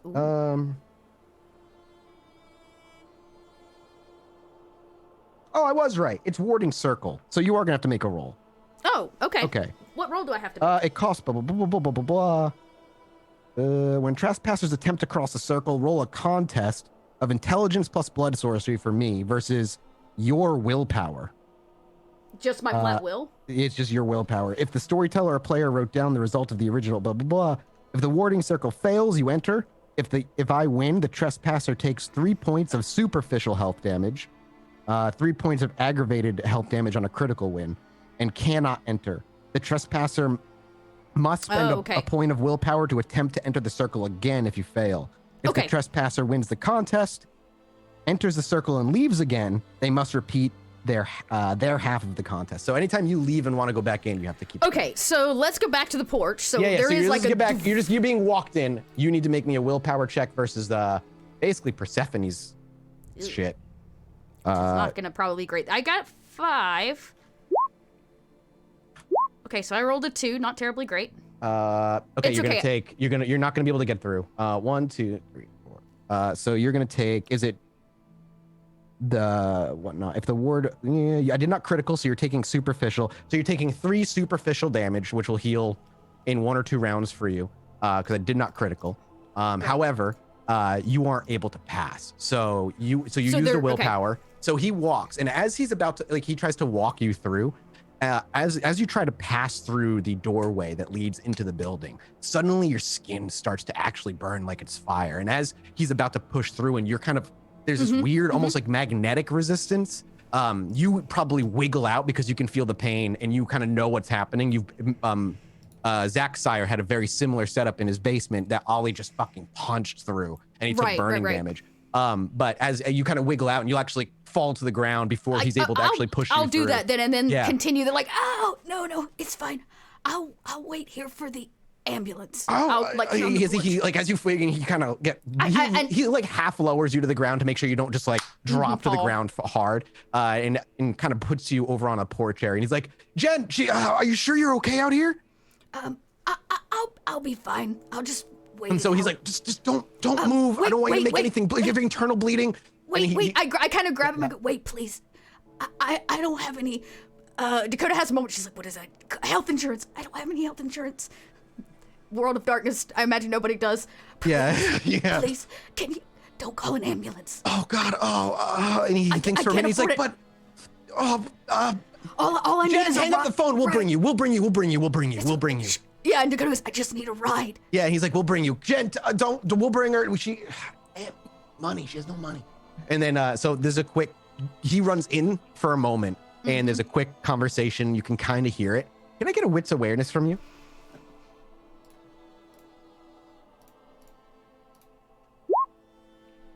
Yeah, this is even better. I really don't want to go in the house, so that's a 2. You hear a third voice chime in, and you just hear kind of muffled, like, Mom, Dad, what's going on? And from the you immediately recognize the voice. and you hear some girl got hit by a car outside. We're bringing her to the hospital. I need you to stay here with your mom in case the cops come by. You're also very kind. I say from the front You're, like, porch crawling through the in, door. like, Yeah, I'm to the like doorway. hunched over, and I'm like, I don't mean to put any of you out. It's late.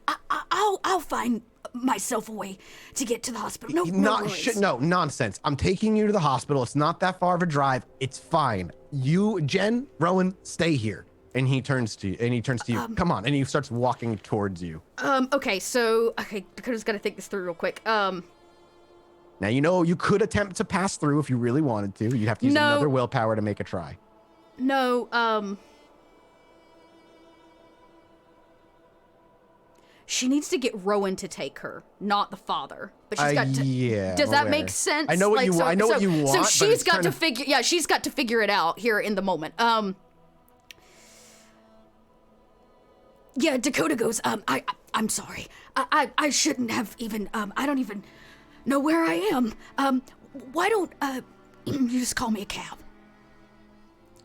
Again, the father finishing walking outside. He's like, maybe you have a concussion, and he kind of reaches down like to your head, and he's like, I'm taking you to the hospital. And he reaches down to scoop you up, to pick you up off the ground, assuming that you're all broken. And he's like, and he begins to lift you, and you are bleeding everywhere. So yeah, I'm like, I just call me. And he looks to you, and he's like, the last just time I call was me here. Larry. I kind of pat him. The last time Dakota was here, she looked in the window and saw a picture of Rowan in his college gowns. he graduated high school. High school graduation gown. But we know he's in college. Do I know which college he goes to? No, but you could stammer a gown. We do. Is it? I feel like we did. He goes It would be He wherever goes- Cretius teaches. Yeah, wherever it's Cretius teaches. college. It's Yeah. wherever. Yeah. I can't remember the name. Dakota says, "Thank you, Larry." And she actually points to Rowan. She goes, "I know you. You go to the university." Give me a. She's 18. I mean, no, that's totally fine. I'm saying, give me a what do you call it? Manipulation subterfuge, please. Okay. Not my strongest probable roll. Hey, a 3. That's a 3, and he there is a moment before, and Rowan actually turns over. He's like, "Yeah, I'm sorry. Are we in a class together? I don't recognize you." No, I think this is silly. Oh, I God. was just. And then he's like, "Shh, Rowan, just come with me. Maybe just keep her awake in the back seat and talk to her, okay?" She goes, "Why don't you just drop me off at the dorms?" No, we're getting. where He's like, I "No, live." back seat talk." And he just stops. He cuts you off. He walks you over to the nearby SUV, opens the back door, and he kind of gently slides you in as Rowan follows you into the back and sits the back next to seat? you. Yeah, he sits next to your feet, and then Larry makes his way to the front seat, gets in, and he starts up the car. Now, can I please get from you an intelligence streetwise check? Oh, I know. He's going to be taking me to the emergency room, no doubt. Yeah. I just want to see if you know how much time. Does Dakota know how much time she has from here to the hospital? Another 3. You've got like a 30-minute ride. Perfect. Oh, I'm gonna. This So is what are we working out gonna do? great. Right, Dakota? Dakota's like, okay, this is not the worst possible scenario. We get in the car, and she's still like bleeding out of course. everywhere, And no doubt. And so Larry, as you get on the road and you start groaning, Larry turns on. He's like, "Just keep talking to her, keep her awake." And so Rowan turns to you, and now you have a really good look at this Rowan. The last time you saw the other Rowan, and he's like tattooed with religious imagery, kind of scrawny, but like in that tone way.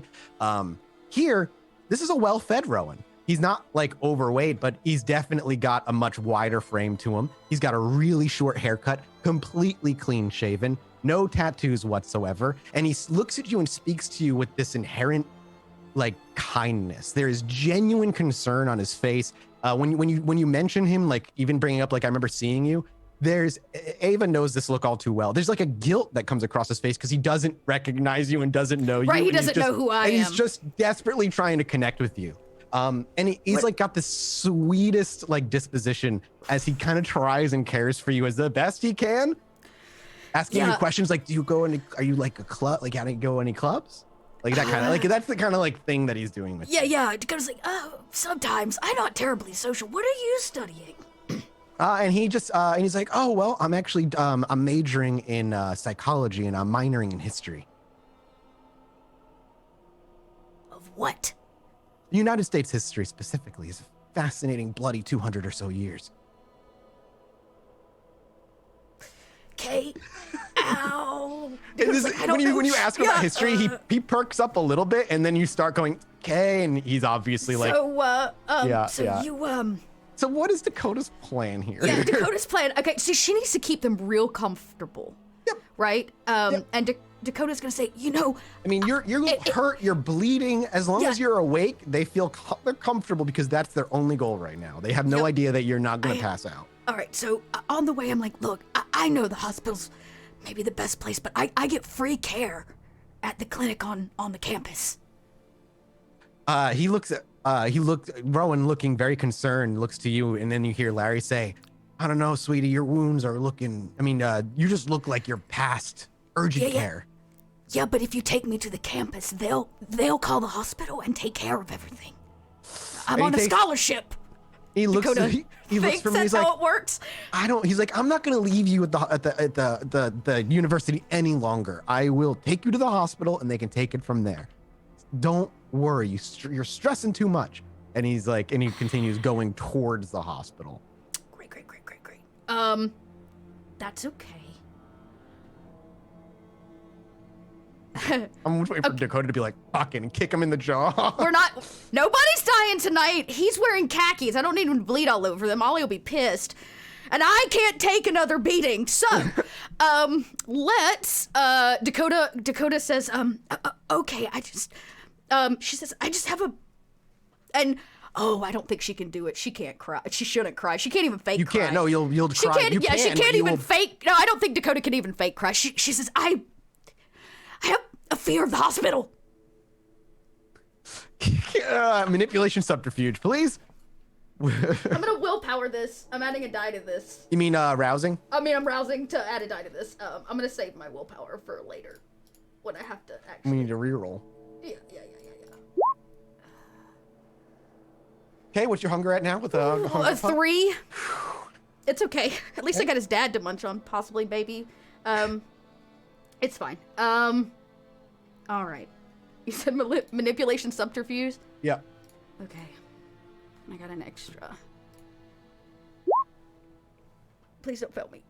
Well, I'm glad I took that extra die on a 1. Would you like to re-roll 2 of those? Can I do that even after my rolls? You can re-roll. You have 2 at the top. You can re-roll. Yeah, I guess with I a willpower. Not my day. I got Okay, no successes. 1 success. What? And there's a moment where like the dad looks back and he's looking at the street, looking at you, and then Rowan leans in really close and he's like, "Oh, are you an addict?" Yes. Yes, I am. Yes. Please. I am trying to clean up my Might act. be good for you then. My they could get you to a boyfriend- rehab center. Is Rowan buckled up? No.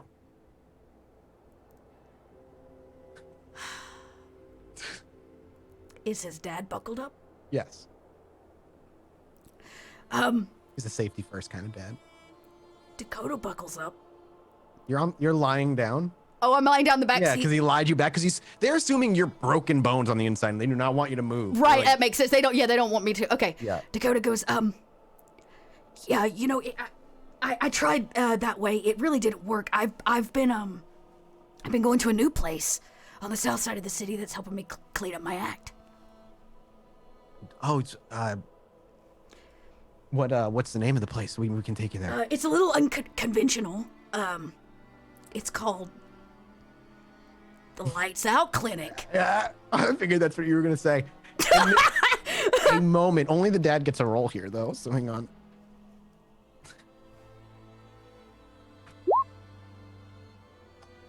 There's the dad looks. He looks like he's thinking for a minute, and then Rowan's like, the Lights Out Clinic. That's kind of grim for a clinic. They do psychology, and we sleep a lot. The Lights Out part. Okay, well, Healing through sleep. Rowan leans up. All right. Well, I still think you need to get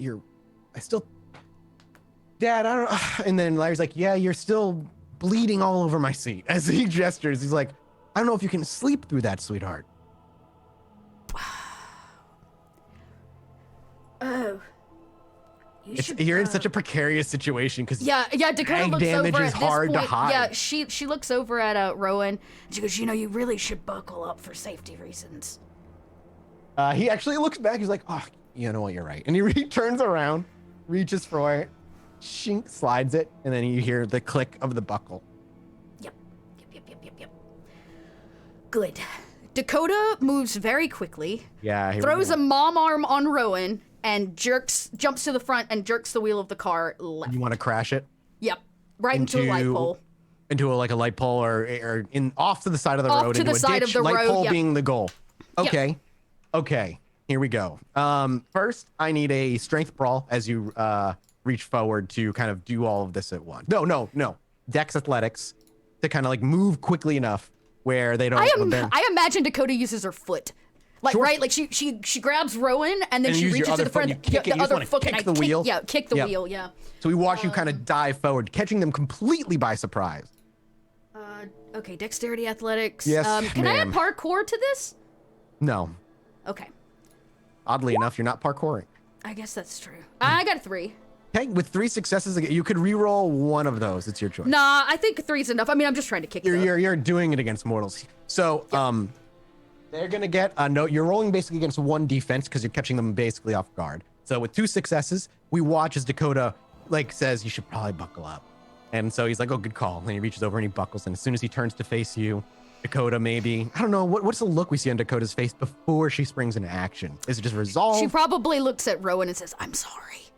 And he's like, huh? But before he can even say anything, we watch as the wounded Dakota springs up, dives on top of him, throwing her arm under his chin, holding him back as her left leg kicks out. And before the dad can even do anything, as he turns around to look at you, your foot flies through, knocking his hands off the wheel, blocking in one of the corners where the bar and the wheel meet, and it just spins as hard as it can off to the side. He's gonna get an emergency attempt at a dex drive check, but Come on, Dad. unless he rolls 2 10s, which he Larry? does not Come do. on, Larry. He tries to fight it. You can feel it, but it catches him by surprise. He screams just out of pure fear as you can hear the tires screech and spin out of control as you careen towards a light pole. Can I get a dex drive check from you at a -2 penalty as because you're particularly calling a light pole nearby? That's true. Oh, y'all. Was it 4? I got a 1. So, okay. So with that, unfortunately, you end up missing the light pole. You careened through the metallic barrier as it bends and snaps, and you kind of dip into the nearby ditch on the side. You feel the rumble of maybe 2 or 3 feet before, wham! It cracks into to the bottom of the ditch, so it doesn't get across to the other lane. You can see the smoke rising. You saw the lurch of his head and Rowan's head as Rowan's head smashes into your face, and the father kind of collides forward with the wheel. You hear shattering of glass. You see the airbag pop up, but I got to make some damage rolls here. I was about to say, I want to know, did he die? I mean, that'll be hard for you to tell off the top of your head. Right, yeah. No, I'm going to let this crash finish and then I'll assess damage. Can I please get from you? Oh, I gotta make a roll for Rowan, but he gets less because you were on top of him. Takes half. Okay. So the car crashes. You lurch. Your backside hits both the driver and the passenger side chair. The passenger side one collapses forward while the driver one doesn't. So we almost see Dakota kind of spin 180 as her legs get hooked on the driver's side, and your head cracks and collides with the windshield, creating this huge spider crack out. So when the car is, or the SUV is sitting in the ditch, the scene after the smoke is Dakota's head is up against the windshield with her legs sticking back past in between the driver's side and the flat passenger side front seat. You see Rowan lagged forward off to the side with the seatbelt holding him as he's just kind of there. And as you kind of blink and look over to the father, he's up against the wheel, head up against the airbag, and unconscious as well. You're gonna take some superficial damage here. Great. Just what I You're gonna take the full dice pool of damage here. You're gonna take 1, 2, 3, 4, 5 superficial damage. Can I not negate any of that? No, because you were being tossed around in it. What is the action to? What about your fortitude power? How quickly can you activate your fortitude power? Because I don't think you have toughness on, right? I don't. I could have. I guess I could have roused on my turn. You could have. You could have. I could have roused on my turn. I'd be willing to let you make a rouse check and say Dakota would have turned on toughness for this if you want, but you need to roll for hunger. That puts you at 4 hunger. Dangerous, y'all. Okay. So what does your toughness do? Innate ability to ignore damage that otherwise would inconvenience or even disable Yep. other. So you would ignore all of that. You would feel the crash, but as your head would still hit the windshield and everything, but you wouldn't feel it. It would just be like a weird kind of just like a vibration thing, but and it all cracks out. But before you move on, I need to check something. Just give me 2 seconds.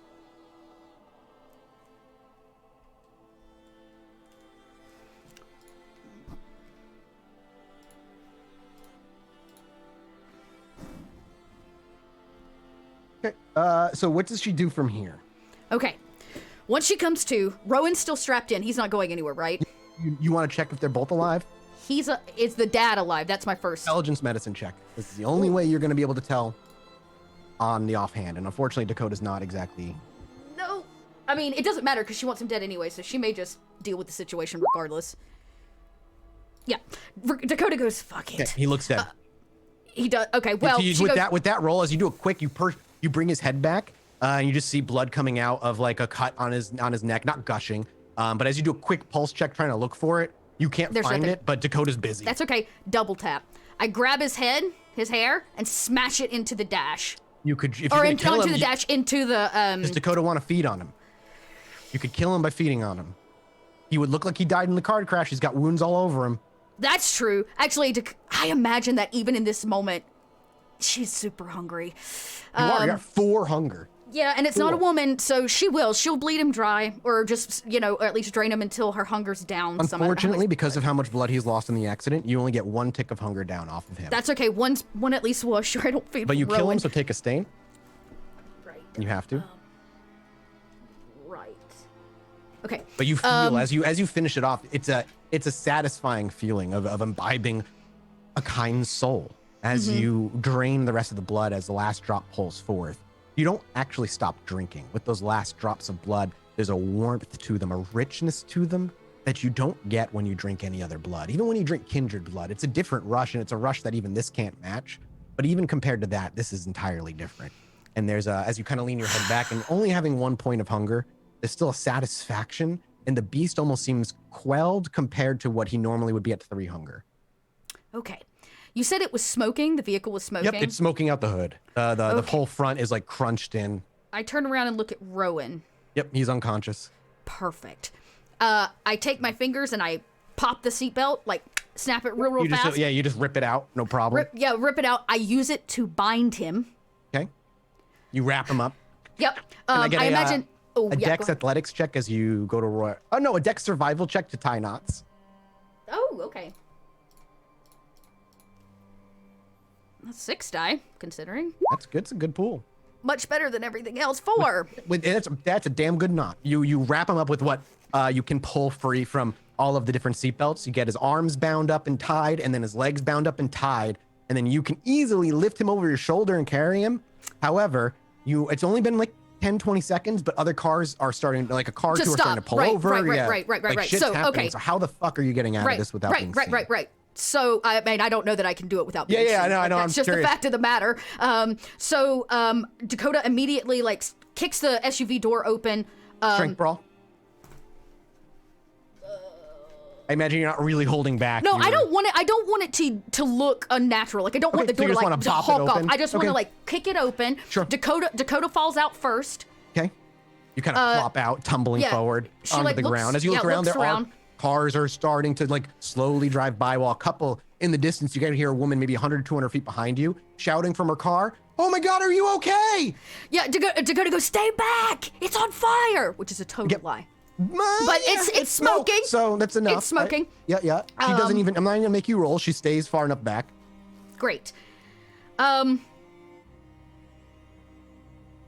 there's a few things here that Dakota needs to deal with, but she has to get Rowan out first. Okay. Yes. Are we on a highway or are we on a smaller interior city road?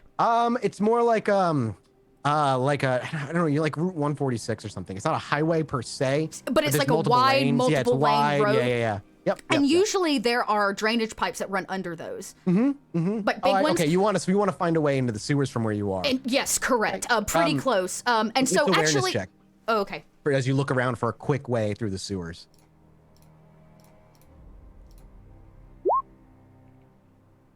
Okay, 3. With 3 successes, kind of like looking around because you're in the ditch next to the car, and the woman who's 100 feet behind you is up on the road, pulled over. You look around. It's not back towards that woman, luckily. It's actually another like 200 feet down the road at the end of the ditch. There's those big sewer pipes, but it's got those metal bars in front of it. Yep. Dakota goes, everybody stand back. She tied him up so well, but there are too many people now that are close. So as she reaches, she's like, I'm gonna get everybody out. She pops. She's gonna just break his bonds. He's passed out, right? Oh yeah, he's unconscious. You're just gonna. All right. You already ripped his. Oh, you're gonna untie him? I'm gonna have to. I can't take him out of the car tied up. I didn't. Yeah. So she's. That's up to you. As Dakota looks around, like I said, they're a couple hundred feet back. It would look suspicious, but you're not sure if anybody's. It depends on. It's a judgment call, basically. Do you think anybody would be able to point you out and be like, that woman escaped the car, carried somebody She's an away? 18-year-old with bright red dreadlocks. But it's night, and you're in a ditch. Okay. I will give you. It's questionable. They would get a roll, but they would take penalties to the roll. Okay. Just to give you an idea.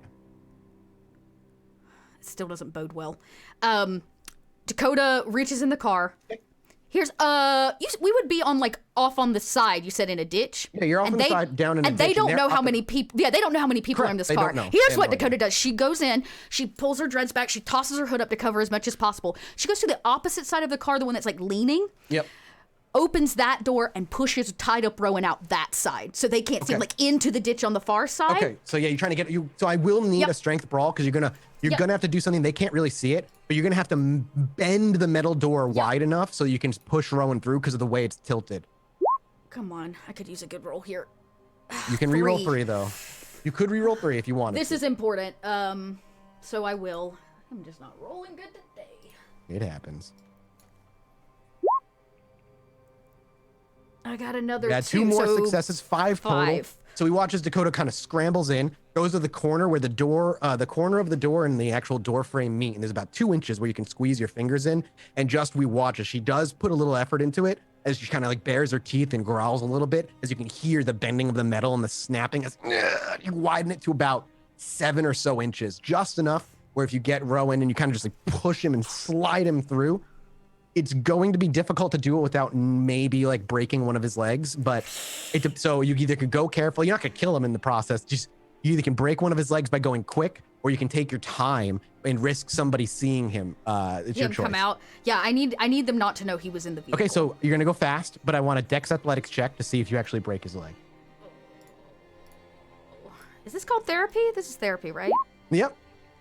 A 4. So you actually ram it through, and while his legs buckle, you don't hear any or feel any snapping resistance. You're able to slide him out on the grass rather simply on his side. He's still there. I see smoke happening. Dakota would really love this car to go up in flames. I don't know how to do I don't think you really have any tools on you that can guarantee it. I don't either. Not that can guarantee it. So the only other thing to think about is her blood on the back seat. Oh yeah.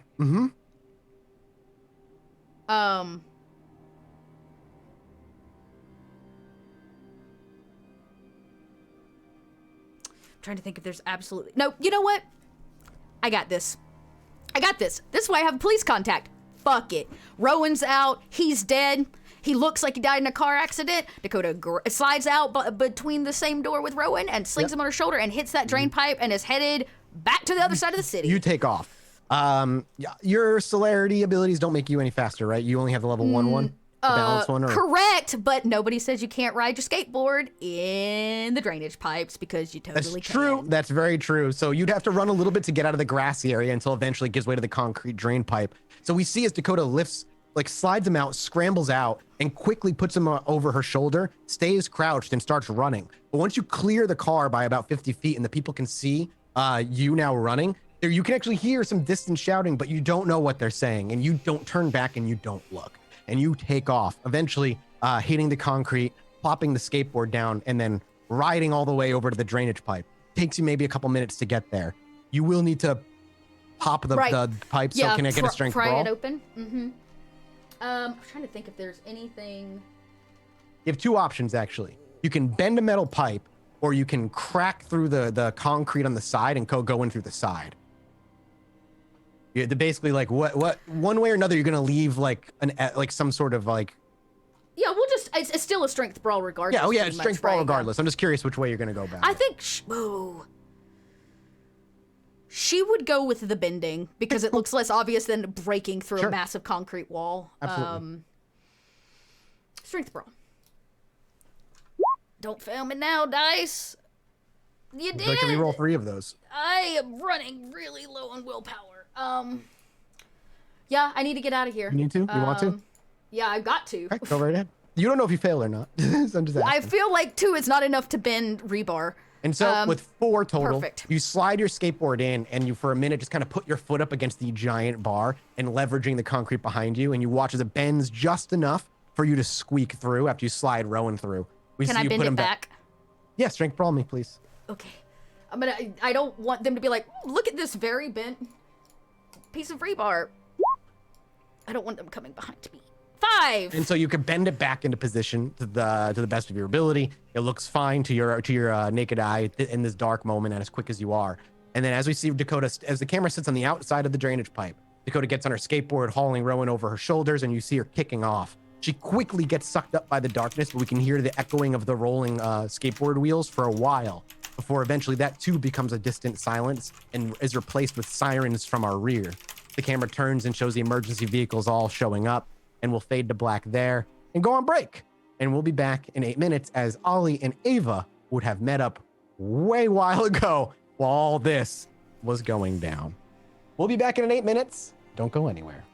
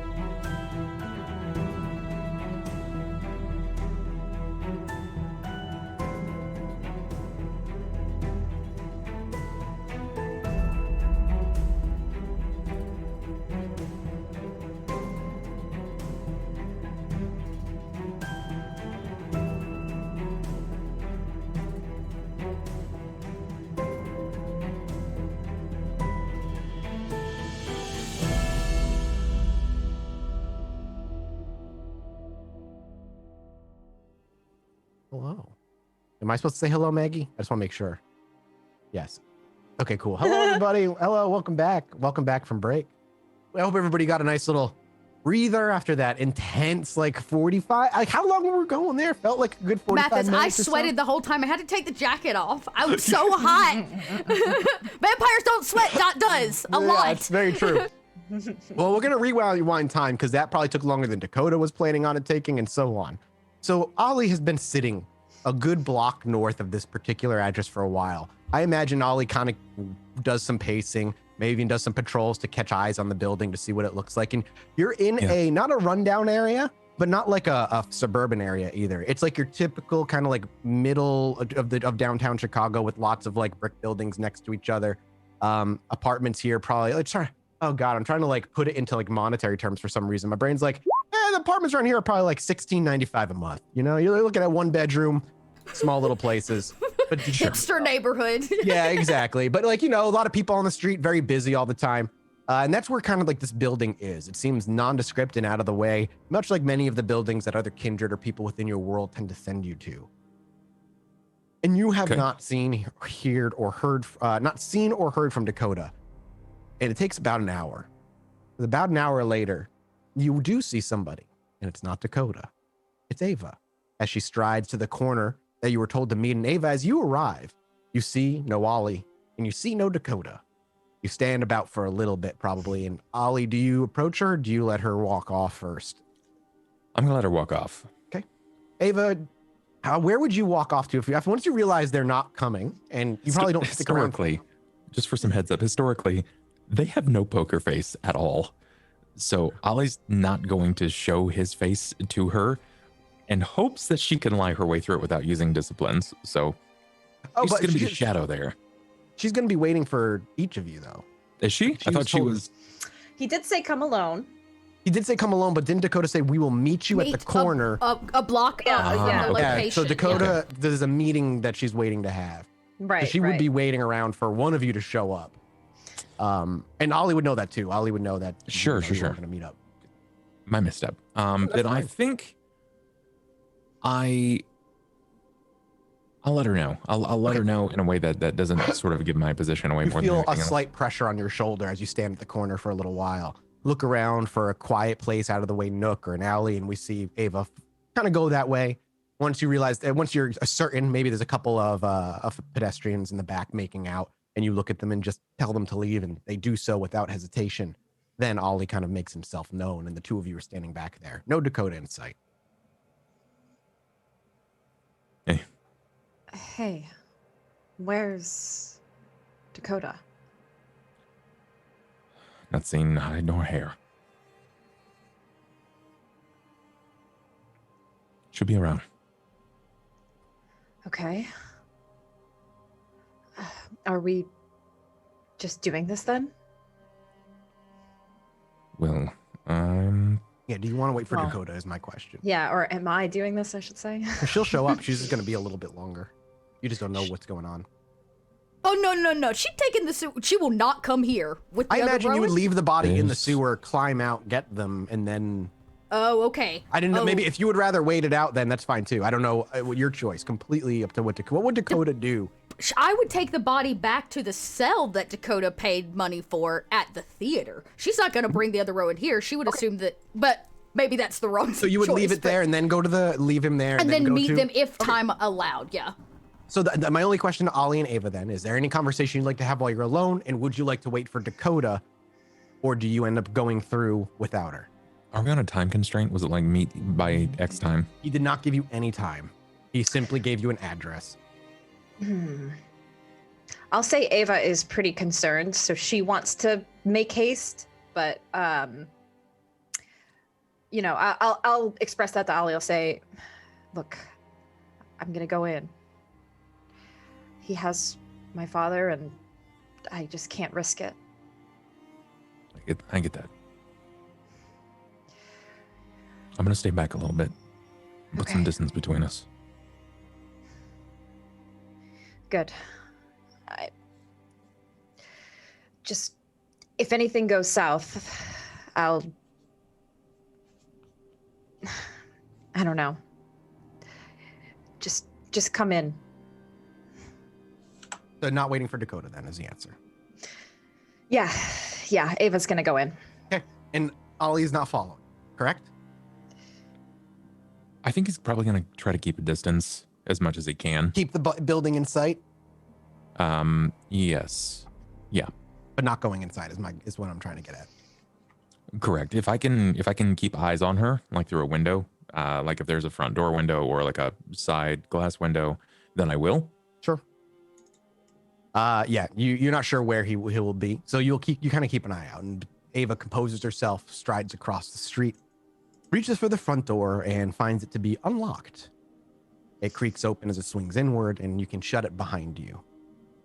I imagine you do so, and once you do, you're greeted with a typical apartment building stairwell that leads up and down, and then off to your right, a separate stairwell that leads into the basement. Wits awareness? What's awareness? 2. Oh, sorry, I'm like, where's the rolls? It's because I'm not on the page. 2. You do not hear anything. It seems silent. You hear the obvious bustling outside of a night city, but beyond that, it doesn't seem like you hear much. Which way would Ava go, up or down? Down, I would think. You should go downstairs first. Yeah. The stairs down are concrete. Some towards the bottom have begun to actually crumble away with its age for how long it's been here. And as you actually step in, there's no door that actually leads into the basement. Instead, you're kind of, you enter what is like a little boiler area with lots of like cleaning supplies stacked into a corner with a mop and a broom. And then another door, this regular, not like the apartment doors upstairs, but just a very simple tin and metal door that on the top simply says, in a piece of paper stuck in one of those holders at the front of the door that simply says supplies. If you reach to see if it's locked, it is locked. It's locked. Mm-hmm. Okay. I'm gonna like kind of aggressively jiggle the handle. You see give if an it aggressive jiggle spots. and you wait, and it doesn't seem like anybody's down here. All right. I guess I will head upstairs. Going upstairs. Yeah. As you begin making your way upstairs, the first floor of the apartment door is locked. Continuing up the second floor, this one is unlocked. As you open it and maybe even take a peek inside, you actually smell what smells like, as the warm air hits you, chicken noodle soup. Peering inside and taking a look. Would you peer inside, or would you like? Yeah, I would. Okay, give me a wits awareness and then followed by a dex stealth check as you are very quietly peeping into somebody's home. And stealth, dexterity, 2. I'm gonna make one roll. Okay. As you peer in, you get hit with that smell of chicken noodle soup. You actually can hear what sounds like a distant. Was that Pat Sajak? Might be. And as you peer in, you see an old lady watching TV as she's stirring some soup. You just catch the left corner of her shoulder and her curled white hair. I assume this isn't the room, so I will shut it gently. Yeah, you quietly shut the door and then make your way upstairs to the third and final floor. This one, the door is also unlocked. I'll do the same thing. I'll try to peer in quietly. Dex stealth first, and then wits awareness.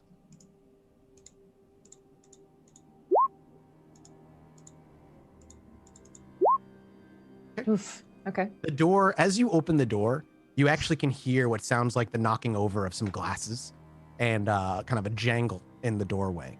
As you peer in, you don't see anything, but you immediately hear a familiar voice down the hall. Do I have a visitor? I turn and look. It's down the hall further into the apartment, all like the in way. the hallway apartment. Oh, and the Yeah, as you're looking in, you don't see anybody, but you do hear a voice coming from down it. I'll just, if it's somewhat familiar to me, I'll just say it's me. If you just, Ava kind of shouts, "It's me." Come in, shut the door, lock it, and reset up all the shit you knocked over. Okay.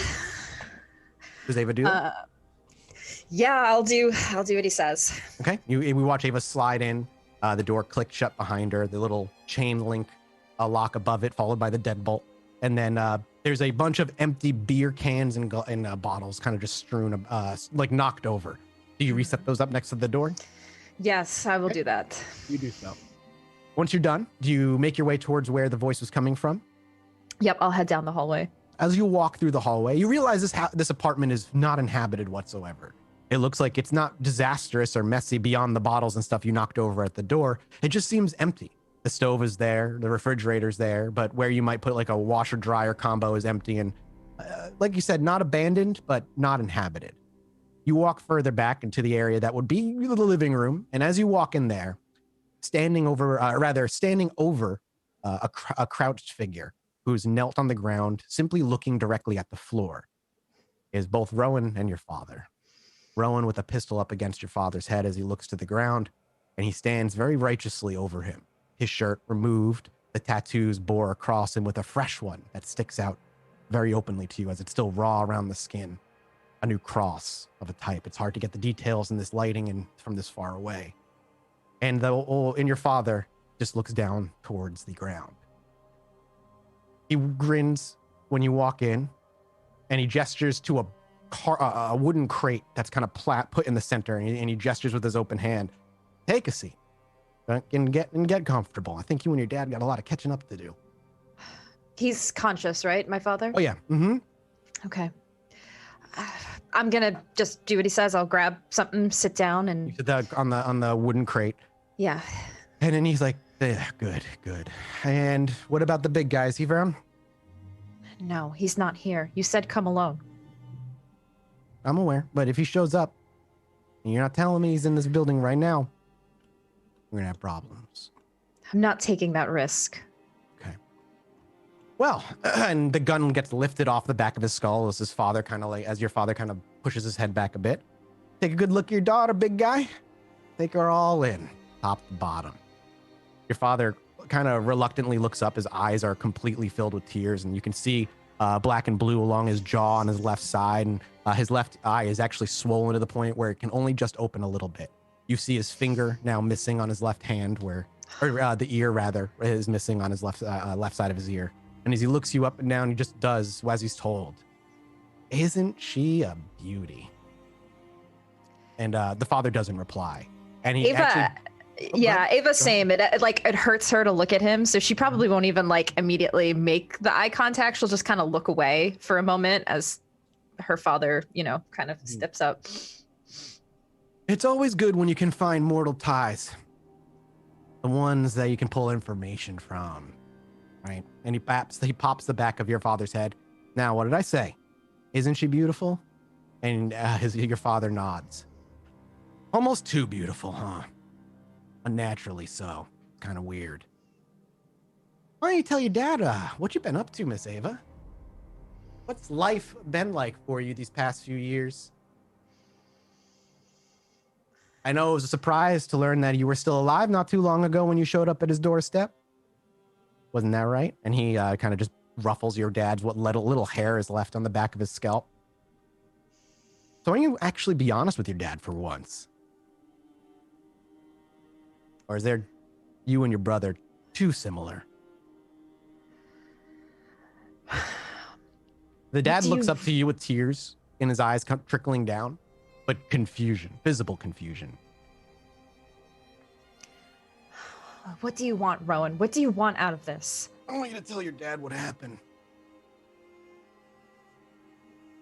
Why? Why are you doing this? Look at your father. Look at him.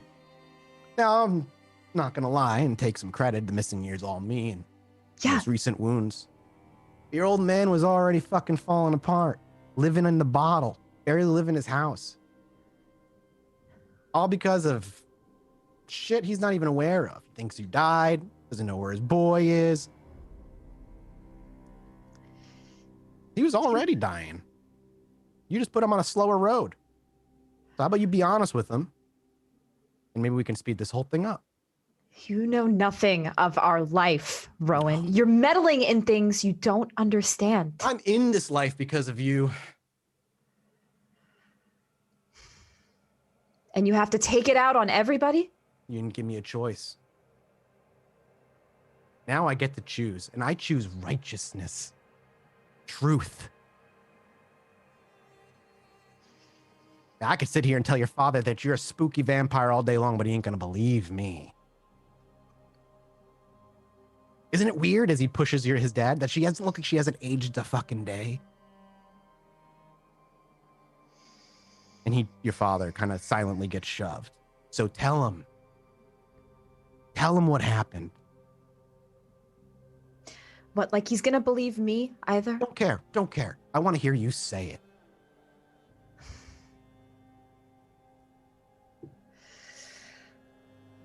Would you like to make a frenzy check, Ava, or would Ava be at frenzy point to this point? He's definitely instigating her. Sure, certainly. It depends on how she feels about Rowan, on whether she trusts that. It's entirely up to you. It hasn't gotten there just yet, so she'll. Then it's fine. Yeah. So then. She'll just like kind of sit back for a second. All right, is this what you want? Dad, I'm not gone. I'm here. It is me. Something happened to me over 10 years ago that changed me forever. Your dad finally, like, as his lips are quivering, and you can see now he's got kind of a fat lip in the corner. What do you mean? I'm sorry that this had to happen to you. You didn't deserve this. Dad, are you in debt with the wrong people? In a way, yeah. I kind of have a new life. And in order to protect you, I kept you out of it. Both Zach and I we're in the same life.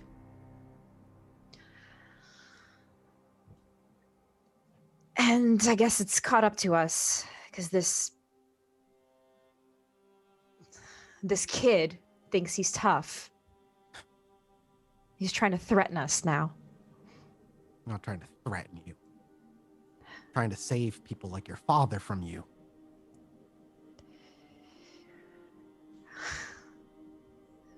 That doesn't even make sense. You did this. He was living life.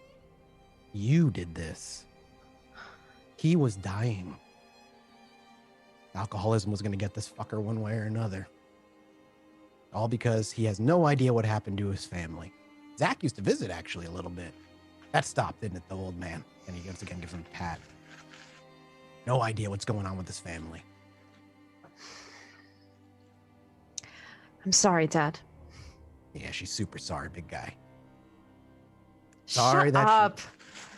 She just is gonna. This is the point. It's riling up a bit. So just stop talking. Just shut up. What are you gonna do? Kill me? Do it. You know what I can do, Rowan. I know what you can do. So show your father. Go ahead. Kill me. And he actually pulls the pistol out from the back of your father's head and steps forward. He shoves the gun into your chest. Go ahead. Show him the monster you are. Save his life. Take mine. And he actually, like, he's going to let go of the gun. Does your hand come up, or do you let it kind of fall to the ground? I let it fall. Okay. It clatters to the ground. He kind of puffs his chest out a bit, brings his hands behind his back, and he just closes his eyes. You can end this now. Give me what my dad won't.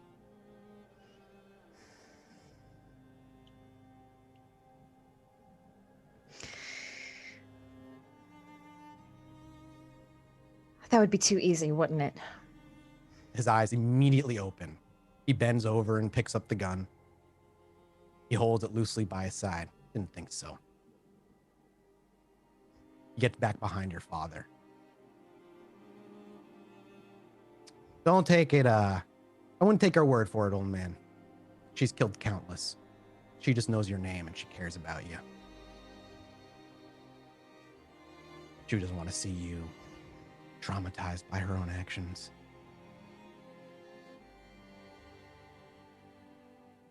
You didn't have a fucking choice. Did you? No. Betrayed by your own family, right? Was it your brother that brought you in, if my sources are correct? Yeah, well, same here, bitch. My father did this to me. I didn't have a fucking choice. But now we do. We're adults, both of us. I know I'm in your way. And you know I'm not going to stop until I'm done. So why?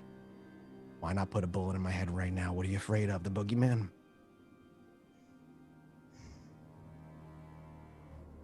Or is there something much more scary that you're afraid of in this city? Maybe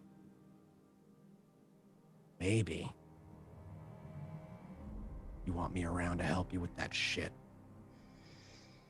But I'm not too sold on that idea. I think you might just be a little bit scared to me. My dad told me. Last time I talked to him, said there was some shit in this city. So whether you kill me or not, know this. There isn't no stopping what's coming. We'll cleanse this city. You may put me in the ground now. I will merely be fertilizer for their seeds. So, with that in mind, and he steps back up, for your own personal security and peace of mind, kill me. Go ahead and do it.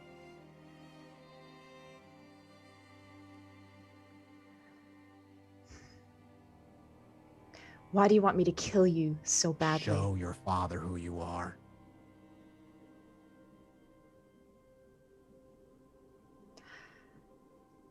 Does he have the gun pointed at my father? No, he stepped away again. Okay. I look at Rowan. I'm not going to kill you, but I'm going to do something worse. I'm going to make you lose control. And I'm going to dread gaze him. Ooh, okay. What is his resistance? Let's see. You need a rouse check, obviously. Charisma, presence versus composure, resolve. Okay, I don't get hungry. You do not get hungry. I will roll. It's a good pull for Rowan, at least. Oh, jeez. All right. Composure, resolve for him as a supernatural hunter. Not a bad thing. But we'll see. Make your roll first. I'll roll. Oh! 1, 1, 5. You can re-roll. If you use a willpower, you can re-roll 2 more on top of that. Let's do it. We will make a roll here. For everybody. An additional success. Yeah, so a total of 6 successes. 6 successes for dread gaze. This is very difficult for him. We will see. Chat will be able to see what I'm rolling, obviously, but the players will not. How many do I need to beat? You have to beat. He's 4. gonna willpower. I have to beat 6, not 4.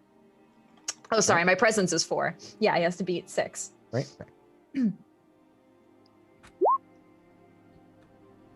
You succeed. So, I get the dread gaze. displaying their fangs, their face twisted in a predatory grimace, the user rolls a contest against their target. Failure. Mortals are unable to act on their own, other than their defense, backing off, blah, blah, blah. Win. Mortals run in fear. Vampires are unable to act other than their turn, other than in their own defense for a turn, unless they spend willpower, which is not and you didn't critical win, so it doesn't matter all that much. So let's take a moment and set the scene. You tell him he's going to lose control, and there's an air, not of cockiness on his face, but pleasure almost, or satisfaction as you lift your lips. And what is normally a normal set of human teeth when you're not feeding or using them, we watch as you just gaze at him. You take a simple step forward. Your head tilts to the left just a few inches. Your eyes become almost like piercing glass. And you lift your upper lip. Initially, it looks like a smile, but soon the actual your mouth bears open further, and from the very top of your gums, you watch the sharp pointed teeth elongate, piercing through, trickling a little bit of blood, and covering where your normal teeth would be. As they kind of fall out, you watch as your father, in the gaze of your peripherals, looking up and horrified. But he's not the target, and Rowan is locked eyes with you. The fangs, as they come forward, don't actually faze him. He's seen countless, though he cannot look away. But once the fangs have been bared and you take a second step forward, the world around you having gone silent, and the second footstep, the clack of heels on hardwood floor, seems to echo forever, encompassing the only thing you hear between you and him, encompassing the room. And as you tilt your head again and maybe even let a little bit of a typical vampiric hiss come forward, you watch as his stoic gaze breaks. His eyes widen a little bit. Still more control in him than you actually expected. But he takes a half step back, and that's when you know you've won. You take a full step, and he in turn takes a full step back. And you do this dance until he hits the back of a wall, the gun in his hand loosely clattering to the ground. You don't have to say anything. Your father's behind you. He can't see. The look you give is a mix of Ava the kindred and the beast within. Words aren't spoken. What he sees is unknown. Because as soon as he hits the wall, he breaks again and sprints out the door. You hear rapid footsteps down some stairs, and then a window open, clattering in the back, and long gone. Ollie, you don't catch sight of him.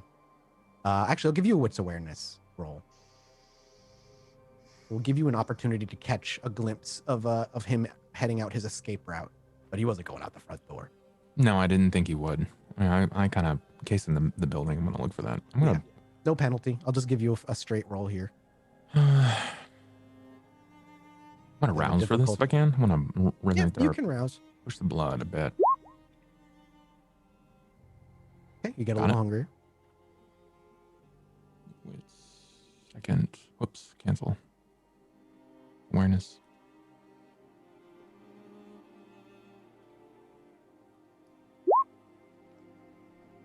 Two successes. Would you like to reroll one? Yeah. You get one die, 1d10.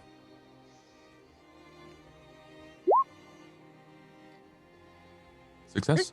With 3 successes, you don't catch him as he goes out the window. However, you catch him as you see him leaping the fence.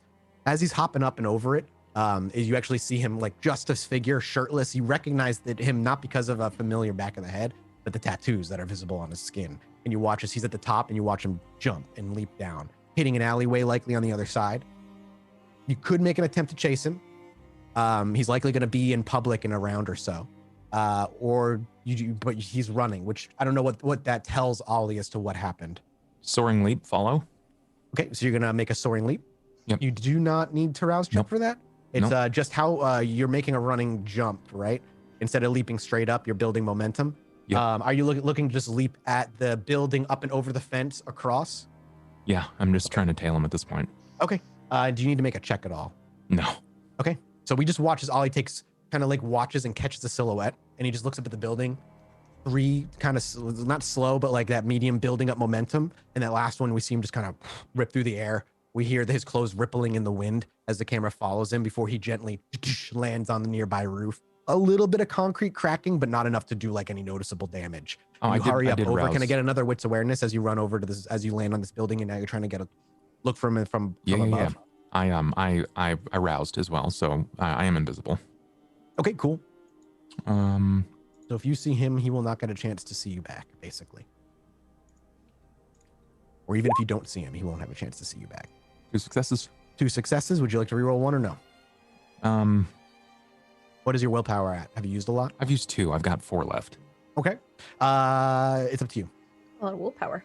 A 2 successes is a beating of a normal difficulty. 3 is considered hard, 4 very hard, and 5 extreme. So you. I'm imagining if he's like in panic, because he looks like he's panicked, right? He definitely was running. It's hard to tell why he was running from the back. He was just running. Uh-oh. Can you all hear me? Yes. Yes. Okay. My monitors are both frozen. Oh. Whoop. And now they went black. Okay. Oh. Well, we can still see and hear. We can see Well, and that's hear good. you, and you're in motion. So. Oh. They look like they're back. Yeah, we're back. Yep. Sort of, except now. Oh. Ooh, everything's all weird looking. Something might be wrong with my. I don't know what would be causing this. Oh yeah, everything's all borked, y'all. Can we take a 5? Can I just quickly reboot my computer? Okay, be back in 5 minutes. I'm just gonna reboot. Okay, gang. All right. Going to break.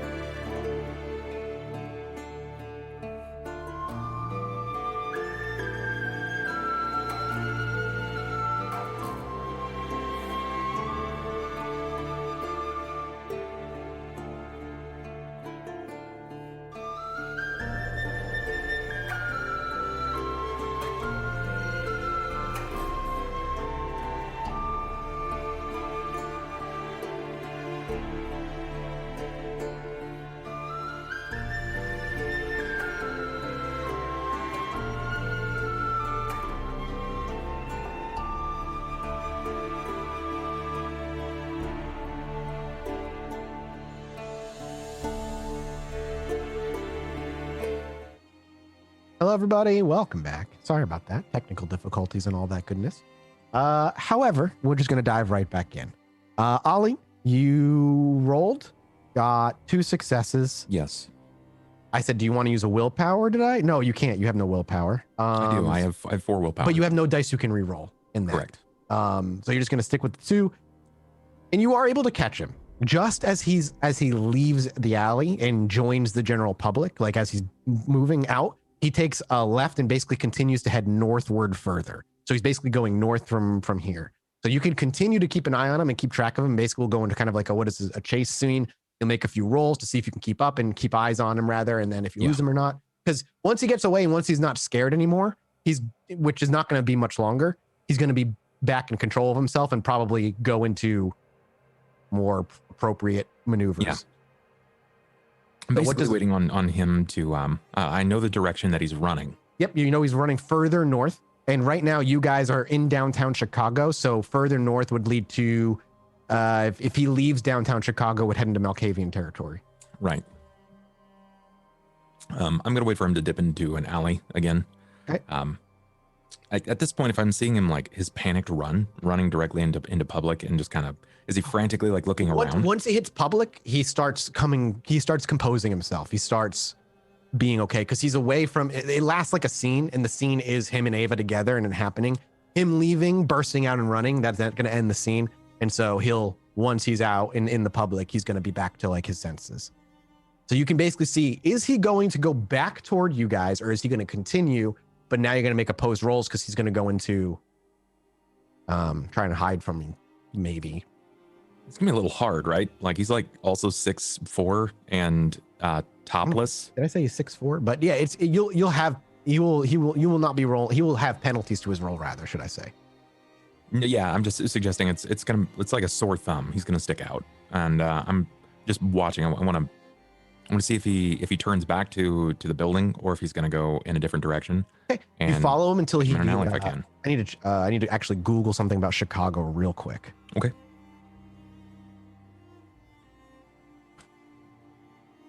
Okay.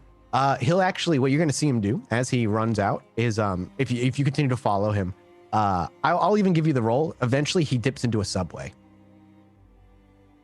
Okay. A Subway sandwich shop, a Subway down underground. Sure. I figured. Then I will follow. Okay. This is where I'm going to need, because there's a lot more people jammed together, and while he certainly sticks out, this is going to be him attempting to blend with the crowd and trying to get back into a normal, or at least assuming somebody's following him. So I will need a wits awareness versus his basically stealth. Yeah, you got it. I'm going to give him a penalty because he's still currently shirtless. 2 successes. Okay, well, he could still fail. Fuck. Okay, you keep eyes on him. You actually are able, like, as you kind of ripple into invisibility and start moving around, trying not to get people to bump into you, just because of the situation. You are able to actually catch eyes and follow just the tip of the neck tattoo through the crowd until eventually you watch him head over to a homeless guy, and you watch him toss him some money and take the shirt off the guy's back. There's an exchange. The guy takes the shirt off willingly. It doesn't look like it was like he ripped it. He just threw some money, had some talk. He got the shirt. Puts on a shirt. What's around him? What's around him right now? People just moving around. There's people lining up to get on the next subway. There's somebody playing guitar about 100 feet out. A wall behind the brick wall behind the homeless guy who's got a tin out for money. Not one of your own because you're too far out from your home. Right. So you could make an influence attempt, but it would be at a penalty because you're one neighborhood or 2 neighborhoods out. It would be at a penalty of 2. But you because you have influence homeless, you still have an opportunity to try and work info if it's something you cared about. Are there is there a bathroom or anything near him at this point? There's if you're looking for a bathroom, there is a bathroom about 50 feet further past him, over by the end of the area where there's like a corner. All right, then. So he's basically just got this guy's shirt. He took the guy's shirt. He put the shirt on. Are you gonna sit and watch, or are you gonna go past him? Is there something else you want to do? And there's like hundreds of people. Yeah, I mean, like I don't know. I know only subway system I know of is New York, so that's Yeah. kind of what's in my head. I don't know how busy Chicago's subway system is, but At if like it's 2 or like 3 New a.m.? York's or London's as well, you're looking at more like a midnight-ish, 11 midnight Okay, all right. time. People going home, people being drunk, people, that kind of time of night. There's people, Then- multiple homeless slumped up against walls. He's just discussing one of them. I just want to know if you're going to keep watching him or if you're going to do something else. You're trailing him so far. Every I'm time, though, trailing is a him so risk of far. losing him. Yeah, I'm trailing him.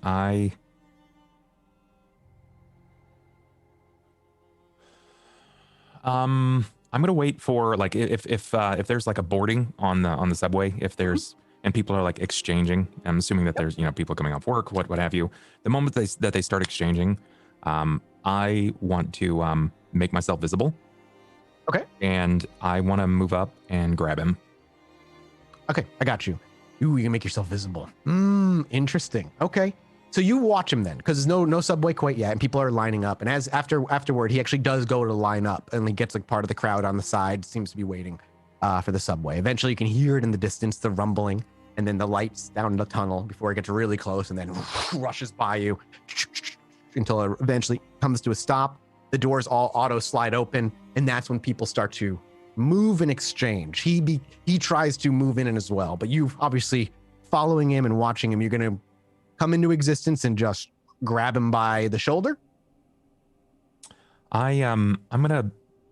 It's the Ollie move. I'm gonna move up with the arm around arm under neck. the arm. Okay. Yeah. Go ahead and make me a strength brawl against a defense of 1 because he is not aware that you're coming up to him. Yeah. Brawl. This is not a small amount of dice. Now you do know well you don't see any in the area, but there are subway officers somewhere up the stairs. Whoo, baby. 6 successes. Okay, no crit though. No crit. So yeah, you just 6 successes. 5, 6. Do you want to? I mean, you don't need to. Obviously, I'm just curious if you're looking to aim for a crit or not. Do you want to re-roll? No. Up to 3 of those die. Okay. So we just see as the camera kind of sits in front of Rowan. We can see his face as he's very stoically waiting now for the subway. We can hear the subway behind us as the camera continues to zoom in closer and closer to Rowan's profile. And then as the doors open, you can hear the ding and the robot voice coming over about mind your step. That's when, as Rowan takes a step, you see rippling from behind him, completely blacking out all the negative space behind Rowan's head, is the black, dark, tall figure of Ollie with an arm that comes up and under his chin. And before you can even do anything, you got it locked under. Now, this immediately causes a scene amongst the people around you as you immediately grab somebody in a headlock. And he does not feel like he's going to be peaceful about this. What is Ollie's move? Because this is technically now initiative. I maintain the hold. And so it's going to be a strength brawl versus strength brawl because he's going to try and break the hold. Yeah. This is Ollie's forte, obviously. Ollie, would you like to use... What's your hunger at for 1? 3. Okay. Would you like to use any disciplines? Yeah. Or even just rouse the blood? For the sake of this, I will turn on potence. Okay. And this is one that you do damage after you succeed? It increases the successes on any feats of physical strength. Okay. By my potence, which is 5. I'm going to roll his roll and you make yours. I am not hungrier, thank God.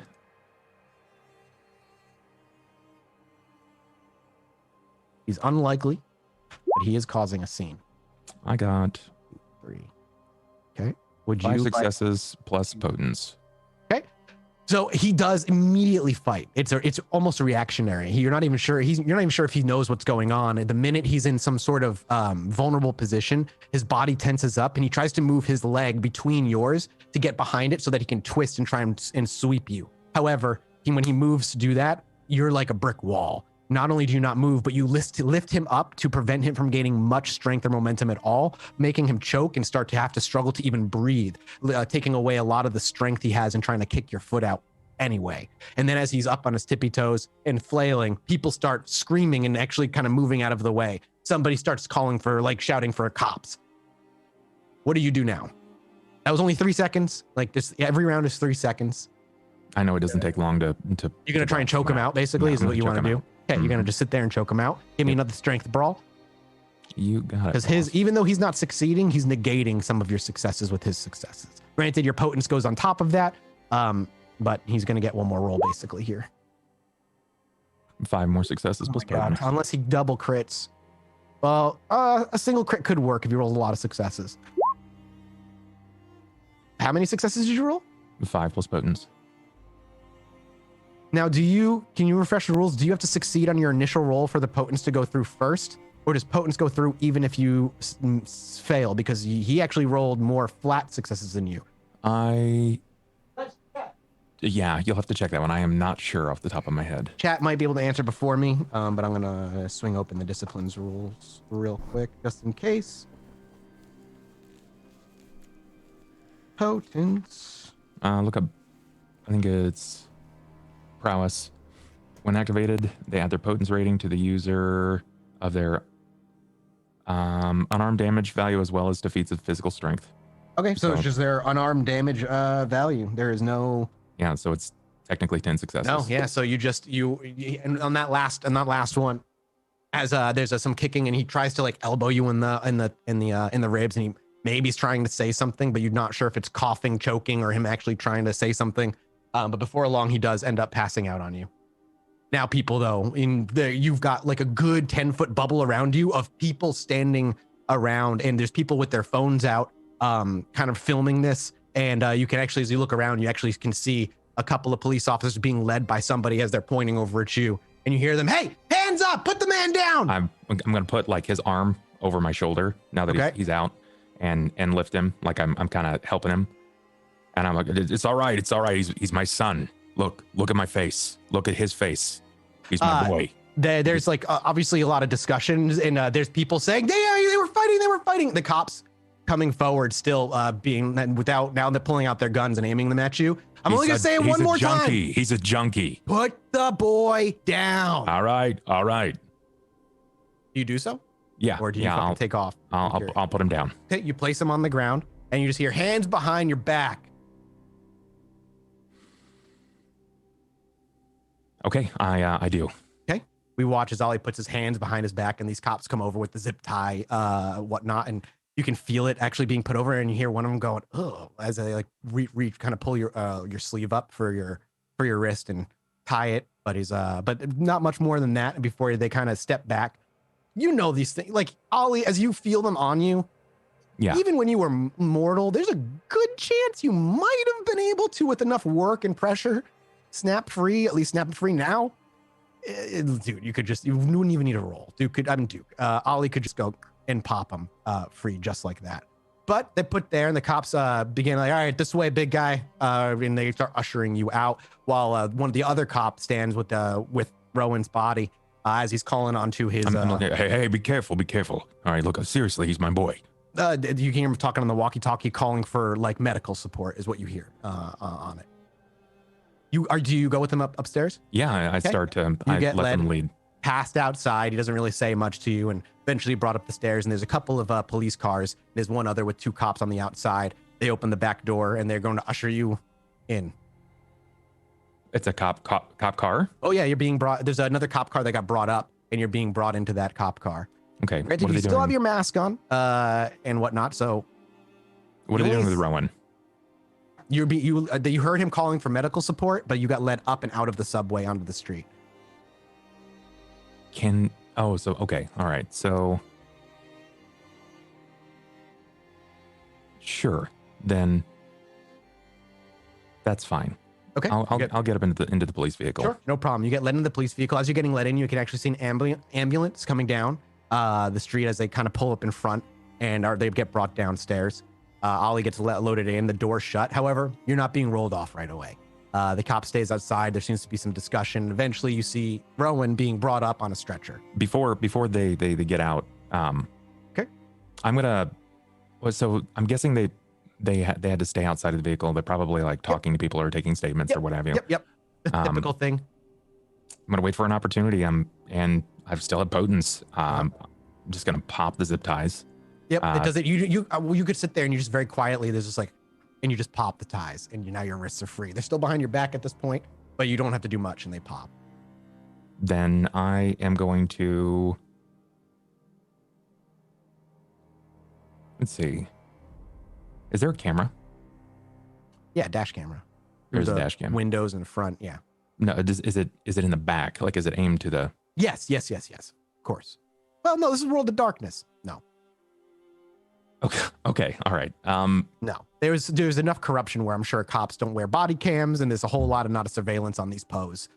So no, there is not. And they weren't wearing body cams. Then I will, I'm going to go back to being invisible. So Ollie just, as the cops turn and start chatting, Ollie, you see him kind of wiggle a little bit, pop it, and then you go to 4 hunger, and then you go invisible.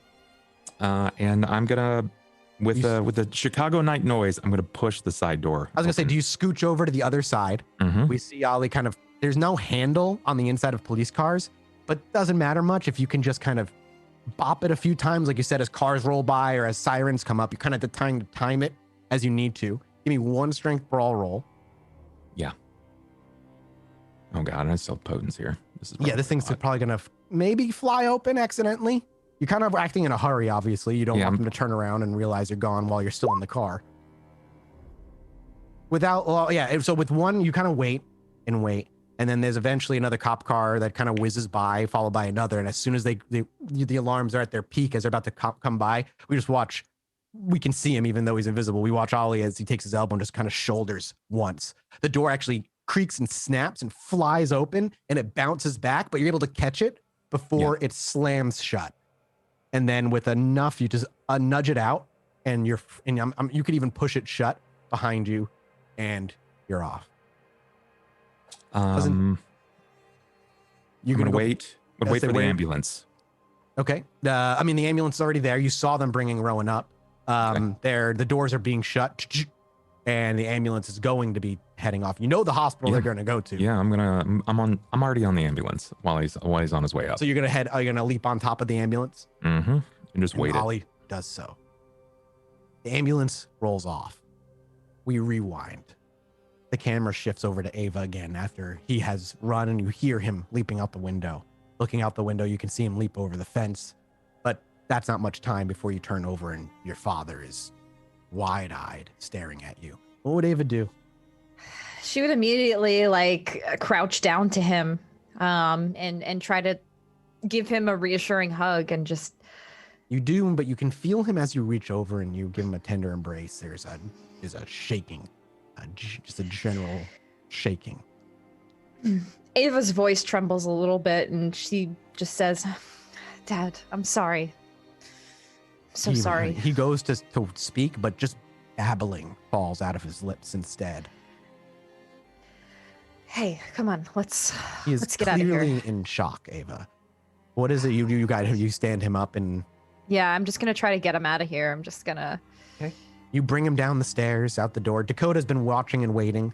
No, Dakota has arrived at this point in time. We'll say that. But Dakota, when you arrived maybe 10 minutes ago. Ollie was already invisible and gone. You arrived when Ollie left.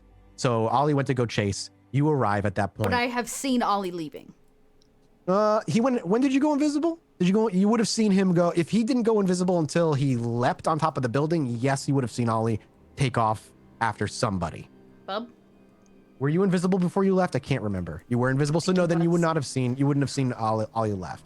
Doesn't mean, I don't know, if you wait a little bit though, Ava's about to pop out the front door. Within 5 minutes or so of Dakota looking around. Yeah, I would have waited for at least a little bit. Yep, you wait a little bit and look around, but eventually you actually catch the front door open, and Ava is coming out with an old gentleman under her arm, a face and a person I don't think Dakota's ever seen.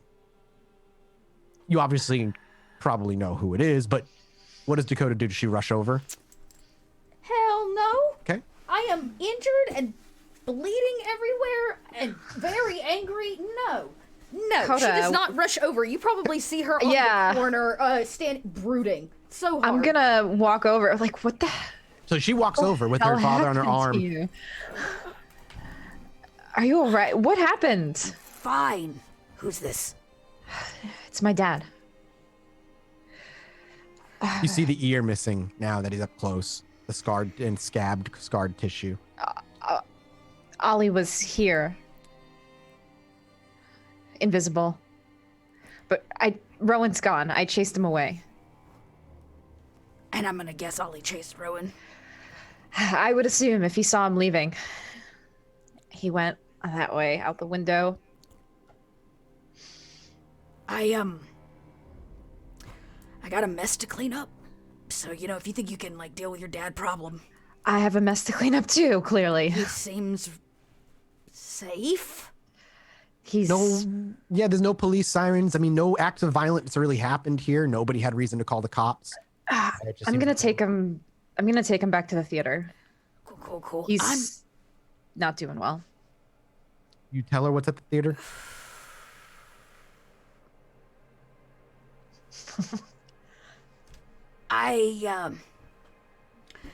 I left something for Ollie downstairs.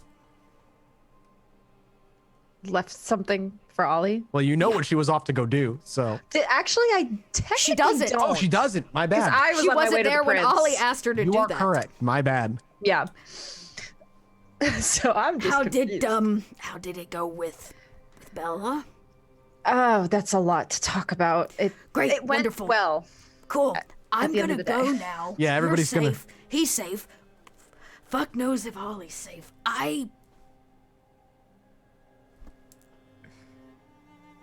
What happened to you? You're bleeding. Nothing. I'm fine. Oh yeah, as you look at Dakota, she's openly wounded. Like wounds that aren't closing, which means she got into a fight with something that can do that. Dakota, Yes. tell me what happened. You don't just get bloodied like this. It's called masochism. Ava. What? Masochism. Look it up. When you get a definition, come back and find me. I gotta go deal with something and find a hound, okay? Hound? There- Oof, yeah, just- what hound? There's one hound left. There's one, right? Killed both of them. No. They're No. both dead. They are both dead. You killed one, and the other one ended up dying beforehand. Oh, there are no hounds. Are no hounds. Ava. Okay, Dakota Just the puts sheriff. a hand on Ava's shoulder. Shoulder and goes, we have a problem and I'm gonna have to go talk to Hodges. In case you needed another reason, Bella is so desperate right now. Trust me. Ava, Dakota. Ava, there is a second Rowan in the basement of our theater, in which I stole off the property of our grand prince while you were, having social time? You got the second Rowan. Did I stutter? And what are you gonna tell the sheriff? Shh. I yelled down the street. Dad is babbling under your arm. Yeah. Listen. We were in a car accident. I need a good cover to have been in that neighborhood. Okay. Will you just trust me? Okay. Okay. Go. Deal with him. I'll be back later. I guess I'll watch Can I Rowan. camera I'll for a minute? babysit. Okay, so you're going to bring your dad to the movie theater. Ollie's on his Yes. way to the hospital, but Dakota is heading where? I'm not sure yet. I've got to think this through because how late is it? Now we're probably around 12:30, maybe eeping up on the 1 o'clock mark.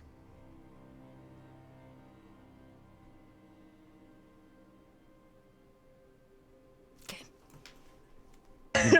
for a second, I thought Dakota froze, just like in thought.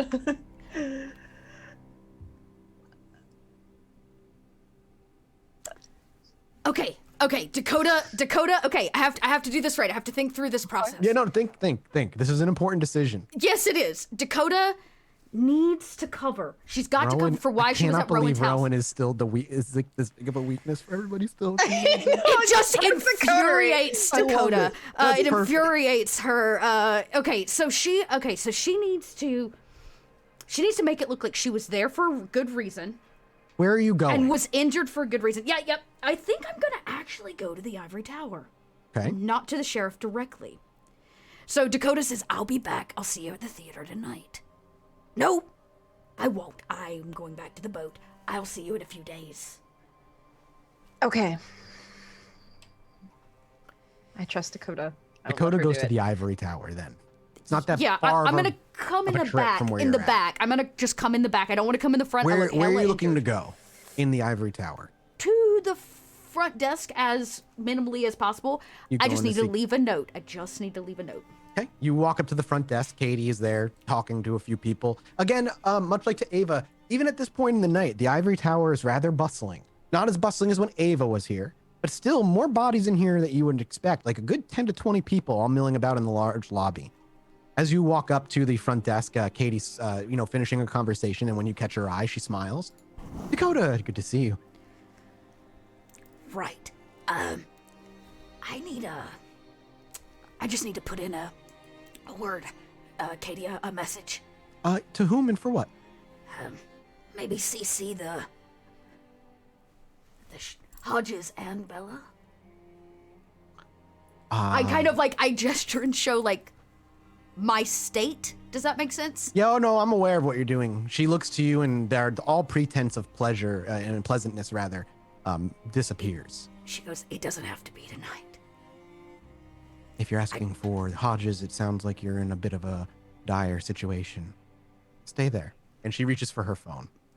Interesting. She presses a couple of buttons. She has a brief conversation. Doesn't know, no details like yep, ahas, and you hear your name. And she hangs up.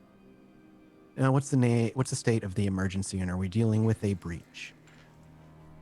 Possibly. I have some interesting news that I've pieced together regarding many of the recent events. I'm more speaking of the current potential of a breach in a masquerade, a breach of the masquerade. Not that I know of. She just nods. Anything else you'd like to leave a message for? When they're ready to talk, I'm sure they'll let me know, right? Location? The sheriff knows where I reside. A location for the potential breach that needs to be investigated. I don't think I made myself clear. There is no breach. I'm I thought you trying said to... potentially. Potential. Location is not, You know how this goes, Dakota. I do, but there's no location for me to give her because I have give the location of information. the where on the highway or whatever road you were on. That's not the breach. There was no breach there. So what are you looking specifically? I'm looking to tell her reference? that I have information I want to deliver, and I want to deliver it directly, and it's clearly whatever I have to deliver is of import. Directly to Bella? To our sheriff and Bella are CC'd on the message. Okay, gotcha. So you want to see both of them. Just My wanna make sure state that- is got it. issuance of Yes. urgency, no Yes, masquerade obviously. breach, Yep, information. Okay, gotcha. I just need to clear up what exactly we were trying to hint at and what situation we were trying to clear out. She makes that phone call, and if you're looking, and if you're looking to stay, you're welcome to. However, she did say she'll reach out to you when they're ready to meet. Dakota has no interest in staying. Okay. They know Where would you find go me. afterward? Oh, Back to the movie theater? no, I do not need to be in any of that. Okay. In this state. Dakota is in not great. I'm going to be honest, everybody. She is not doing well. You have 11 Dakota, health with 5 ag damage, right? And 4 or 3 superficial. 3 You superficial. can rouse check and heal them one around. If We you don't wanted want to. that either because I'm at 3 hunger.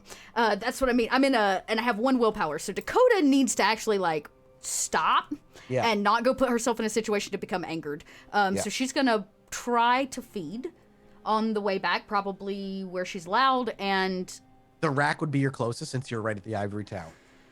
Oy vey. Okay, yeah, I could feed it. Yeah, I'd feed it the rack because it'll be the easiest pickings, and then she might go back. Sure. But Can I get a feeding check on you? However, the difficulty is going to be upped by 1 because you are very openly wounded, and I'm sure you're not looking to be seen by anybody who wants to call an ambulance on you. just want to strength brawl with a minus Yep, just your one? strength brawl, but I was gonna up the difficulty by 1. Oh, okay. Instead, You'll up it. Yeah, I'm just upping the difficulty.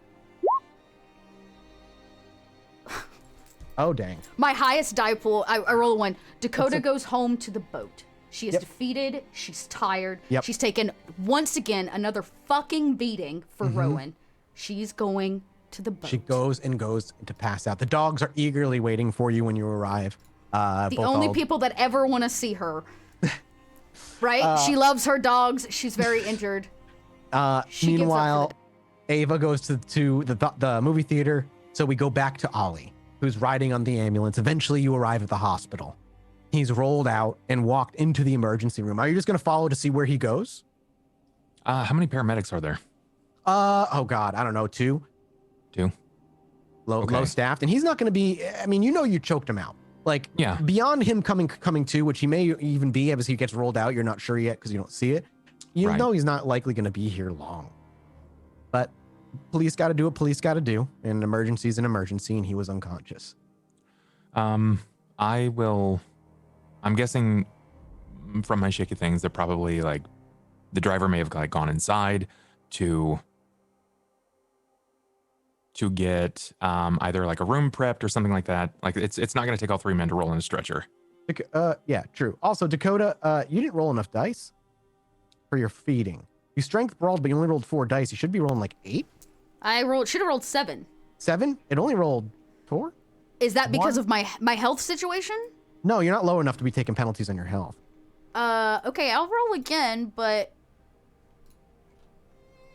it should have been 8 die. There's no modifiers like on anything accidentally. Oh, that's true. Yeah, I don't know why that is. Did that do it?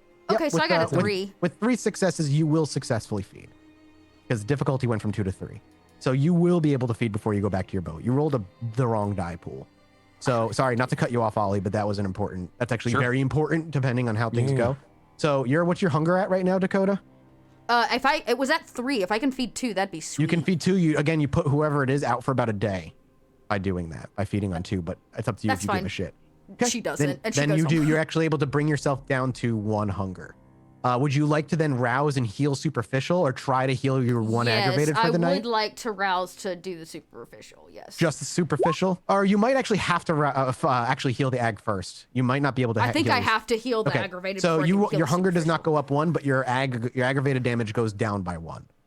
So one of your deep wounds heals like a little bit and heals up. Okay, cool. You still go back to your boat, down to 1 hunger, and you're just like you're gonna plop out for the night.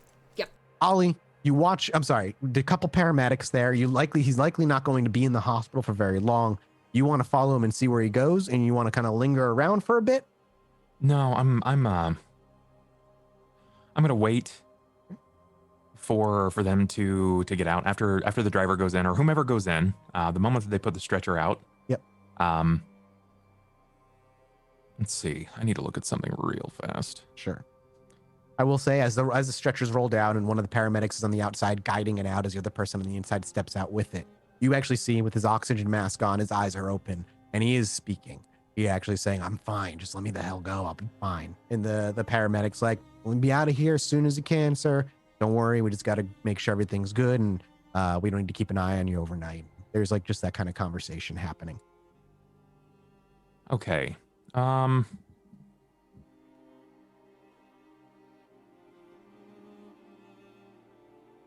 Yeah, okay. I'm just gonna handle this the alleyway. Mine too. I will put this out there. The hospital is going to be domain territory to powerful kindred. The whole hospital is going to belong to somebody. So just be aware of your actions. Yeah. You're trespassing. All right. I think I'll probably be waiting just on the outside, and just handle it as straightforward as possible. So you're going to sit at the front and hope he goes out the front door? Because there's a lot of different ways you could go out of the hospital. You can basically, your best bet, so I'm just going to, because you know your son and you know how this goes, he is unlikely to walk out the front door. 100%. He's ready to go. So your best bet, if you're wanting to find out, is literally following him, staying invisible, but you run the risk of if there's a ward on the hospital or any of that stuff. You're basically in a situation where you don't know what kindred protections could be sitting on this place. Sure. Yeah. That makes sense. He seems fine. He seems more than fine. As he's like asking them to let him go, and the paramedics are like, "We got to do what we got to do." Yeah. No, I'm gonna follow, regardless of the wards. I'm not poaching in the territory or anything like that. I'm for all intents and purposes, I'm following a hunter. Yes, absolutely. Canite wards, however, don't discriminate. So, Right. As you're walking into through the emergency double doors, I will need you to make me an attempted roll and a willpower roll against this ward.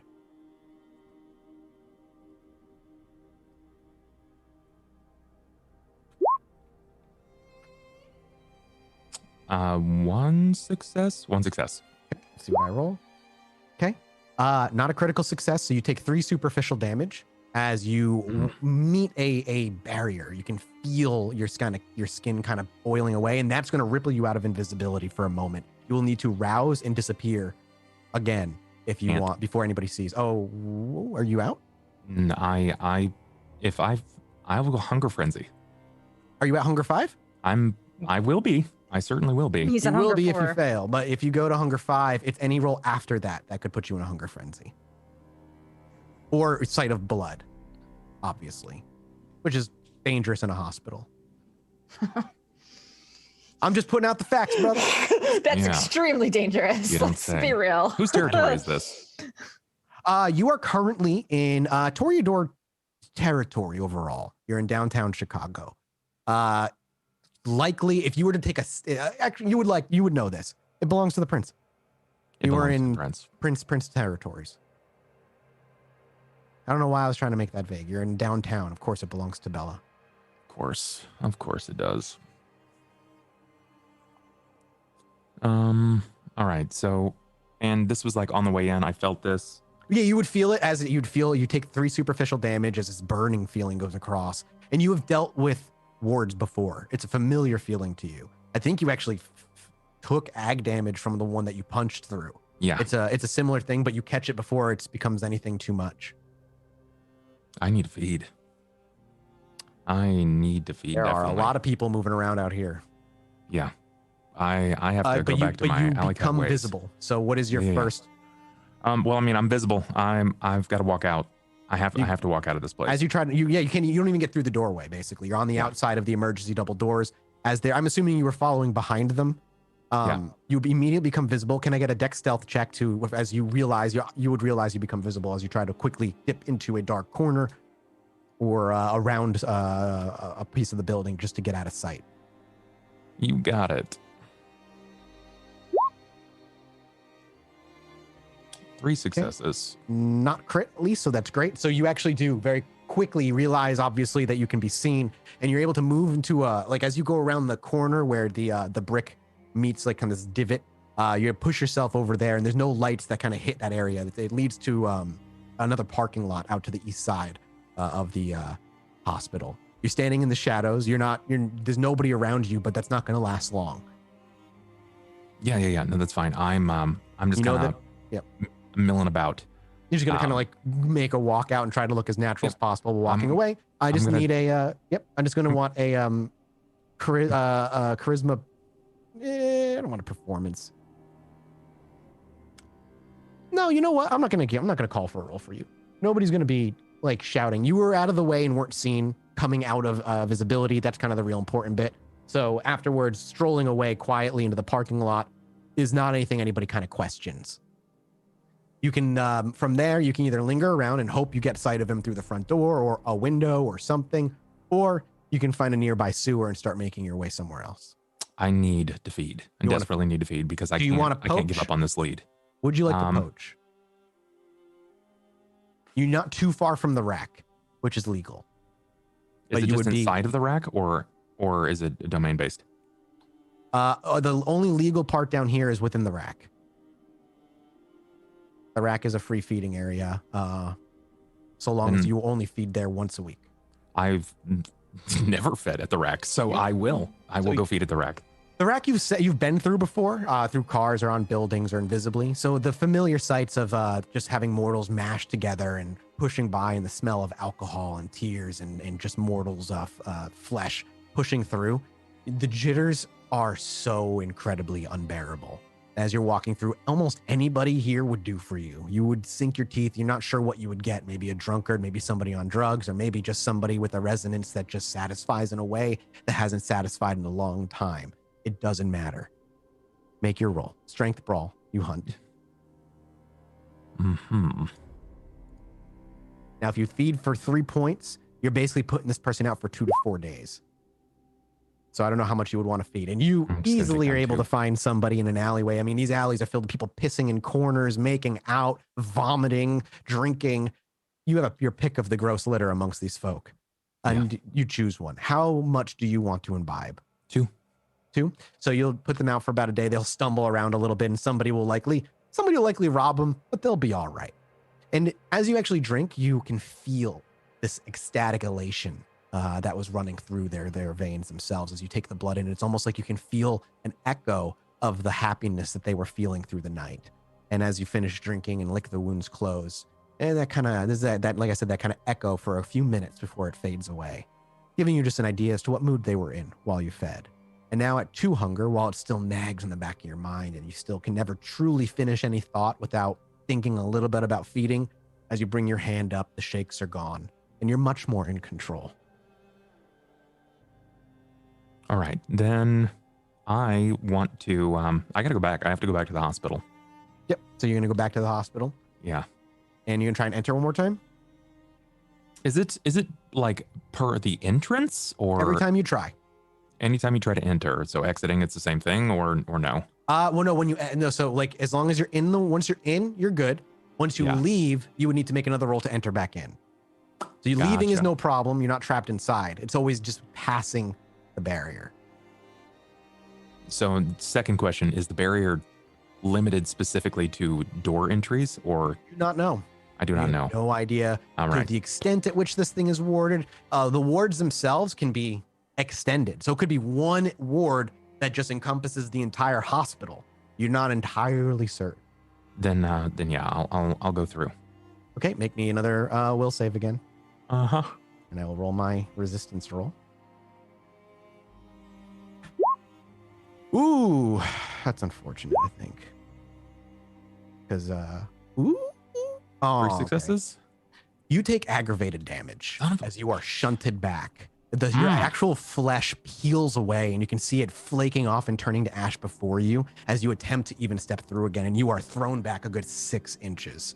How much ag do I take? 3. Oh my god. I critted. That's why.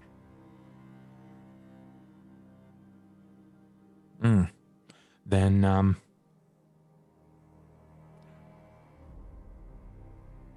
Ollie is I'm going to walk around the building and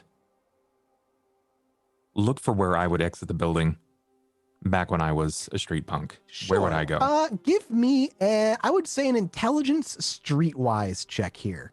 I would also accept intelligence survival, considering the situation in which you're under, or which he would be under. So whatever is better for you. Do you have any specialties? I'm sorry, I should have called for that first, but any specialties that would help?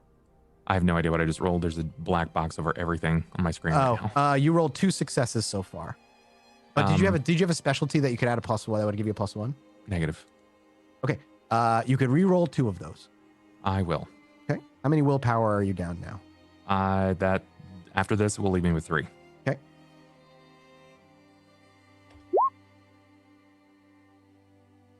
No successes added. 2 successes. So you pick a spot that you're fairly confident that he would use. I am going to make a roll, and depending on how many successes I roll, I'll basically either you got it right, or you didn't.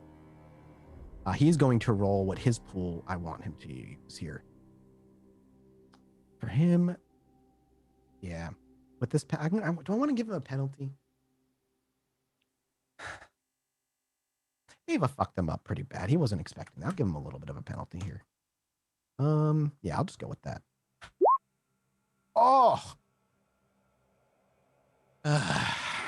Okay. You guessed correctly, sir.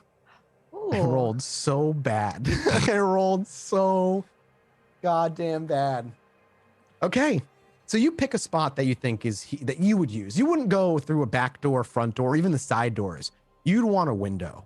But being mortal, you would make sure it's one that's within a safe dropping distance and not too far away. And in one of the sides of the buildings where there's the least traffic. So wouldn't be the front door, wouldn't be the back door or the one that goes east, because those both lead to parking lots. So that leads you to the west side, which has kind of these trees over it that lead to the main road that people have to circle on to get out. So you head over that way and you kind of wait and you cross your fingers that he did not leave before you came back after feeding, because you were gone for probably a good 40 minutes or so. You're not sure what tests they're going to run and how long they're going to keep him. And how long would Ollie hang around for? I imagine he'd probably hang out for an hour. An hour would give them about 2 to 3 hours total to kind of put him out. If you knocked him out, that would be more than enough, as long as they're not super overloaded tonight. And so we watch Ollie pace for a while near the tree line. Do you go invisible? Yes. Rouse check. I'm reloading. Roll 20. It's no problem. Stop for me. No problem. Man, what a night tonight, everybody. This has been fun. This is another Messy. episode of. No, I mean, it's been messy, but it's been fun. You have all been so much messier. This was. I was about to say, this mess. actually was pretty controlled considering. I agree. I think it's been a very. I mean, you're gonna have it's vampire baby. You're gonna get into situations where you're forced to do dumb things. Of course. Okay, your hunger goes up by 1, but Ollie ripples and the shakes kind of immediately start returning. They're subtle, but they're there. And Ollie paces for a while. The camera simply lingering on the building. We can't hear him moving nor see him pacing. And about 40 minutes pass before Ollie. Wits awareness, please. Yeah. You guessed the right side, but now you got to spot the fucker. Awareness. I still got a shot to get out of here without being seen, baby. Oh, your wits awareness is always so low, but he's climbing out a window, so he's not going to have a huge die pool either. Yeah, Ollie Spider-Man. Here we go. Well, we'll see if you see him first. Please. Fuck! You see him. All right. So you see a window, like a figure, kind of move over to a window, and eventually you see it slide open after a few attempts. It actually takes him a while because it's locked from the outside. But some finagling and some maneuvering of some MacGyver tools later, and you actually see him pop the window, slide open, sidle his legs over. He's still got his gown on at this point. And he hoists himself down and lets himself drop a good story and a half. I'm going to make a roll for him here as he lands. I hope he sprains his ankle, man. Oh, come on, man.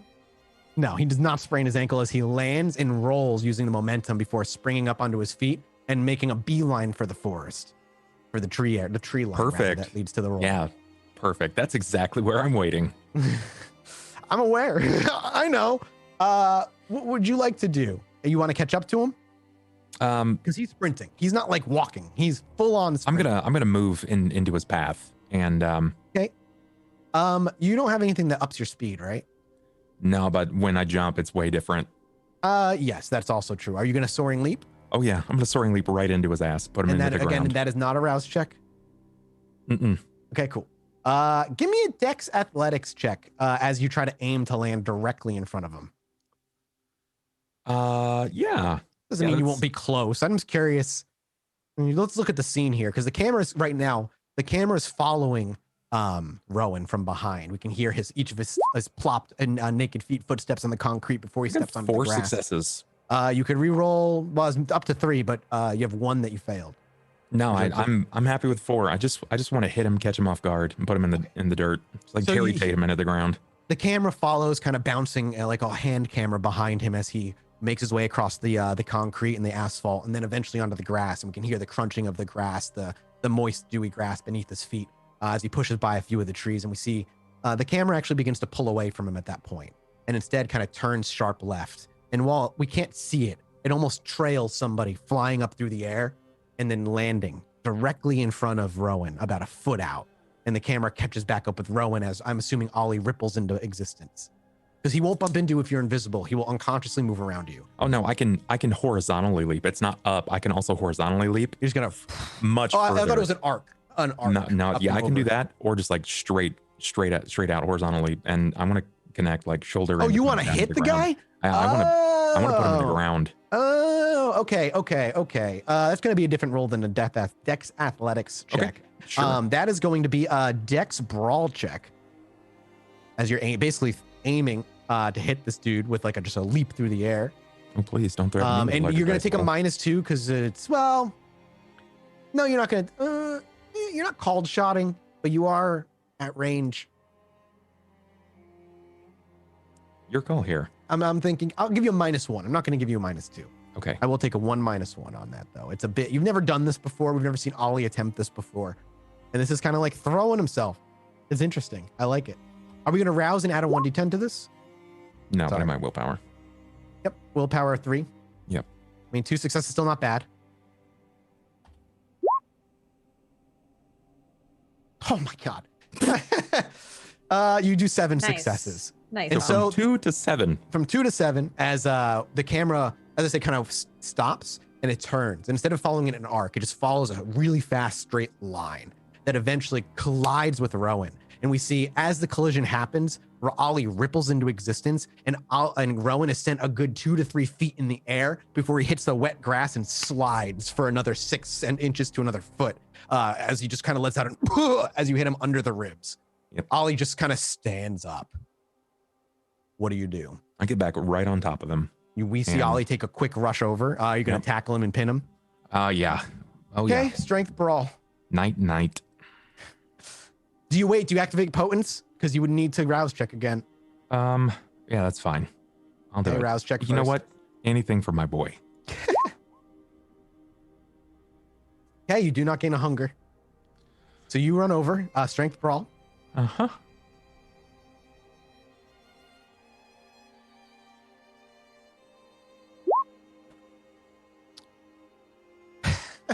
Oh no. Oh, you messy crit. Okay. Taking a penalty here. Okay. Oh my God. Oh my God, dude. Oh, this is so bad. You run over and he tries to fight you off. And there's not much he can do. You're too powerful. You're too strong. And as you lean down onto him and kind of put his legs to the side, the beast isn't taking over, but it's there. And you have him fucking finally. Those little fucking rat has caused you so much problems.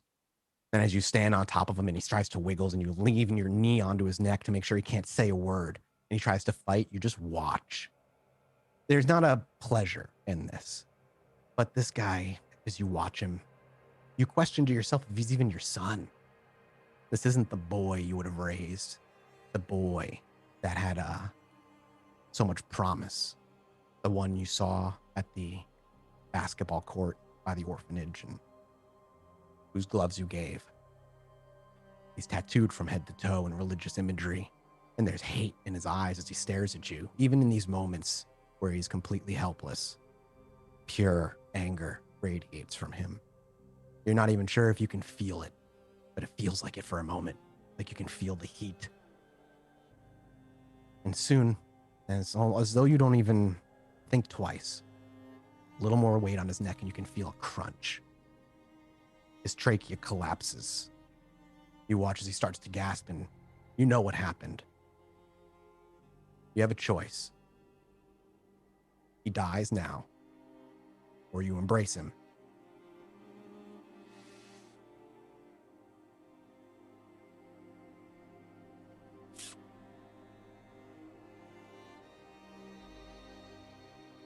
Oh, Mathis.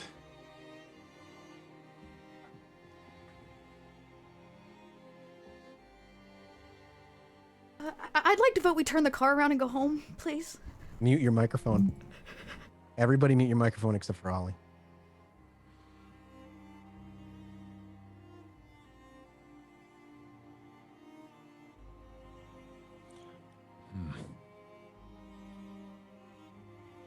Damn that critical.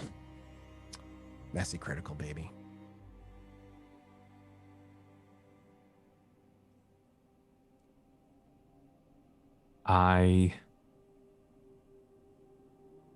And there's not like I could give him blood.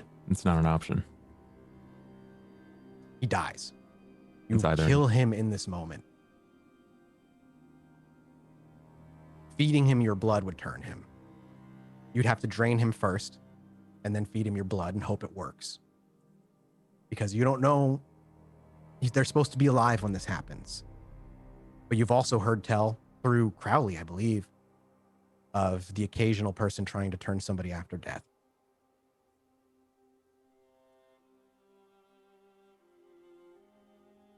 What happens when it becomes a kindred? Well, what generation are you? He becomes a thin blood, I'm pretty sure, right? Yes. He would become a thin blood. And you're not sure, you've never seen it. You've never seen it. You remember your embrace. You were out a couple nights, you think?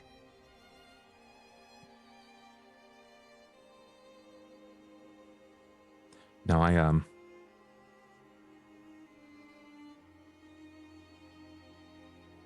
Rowan dies. Your knee lifts. The last of his breath escapes his lips. His eyes flicker as his head tilts to the side. And the last thing he watches is the full moon rise. Or should begin to set. His eyes go dark. What does Ollie do?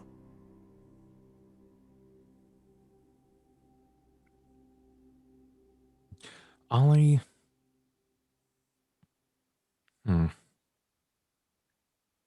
He takes the body. We watch as he gingerly and gently pulls him up from the ground. His limp arms fall to the side. His legs dangle. And where do you bring him?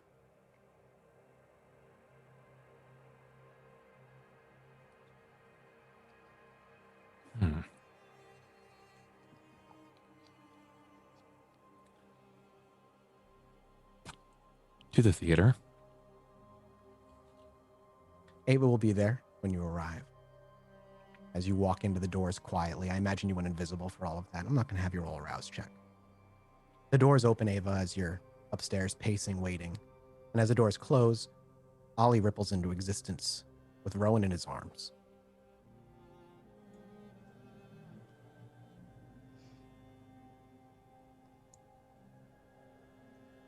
Ava just speechless for a moment.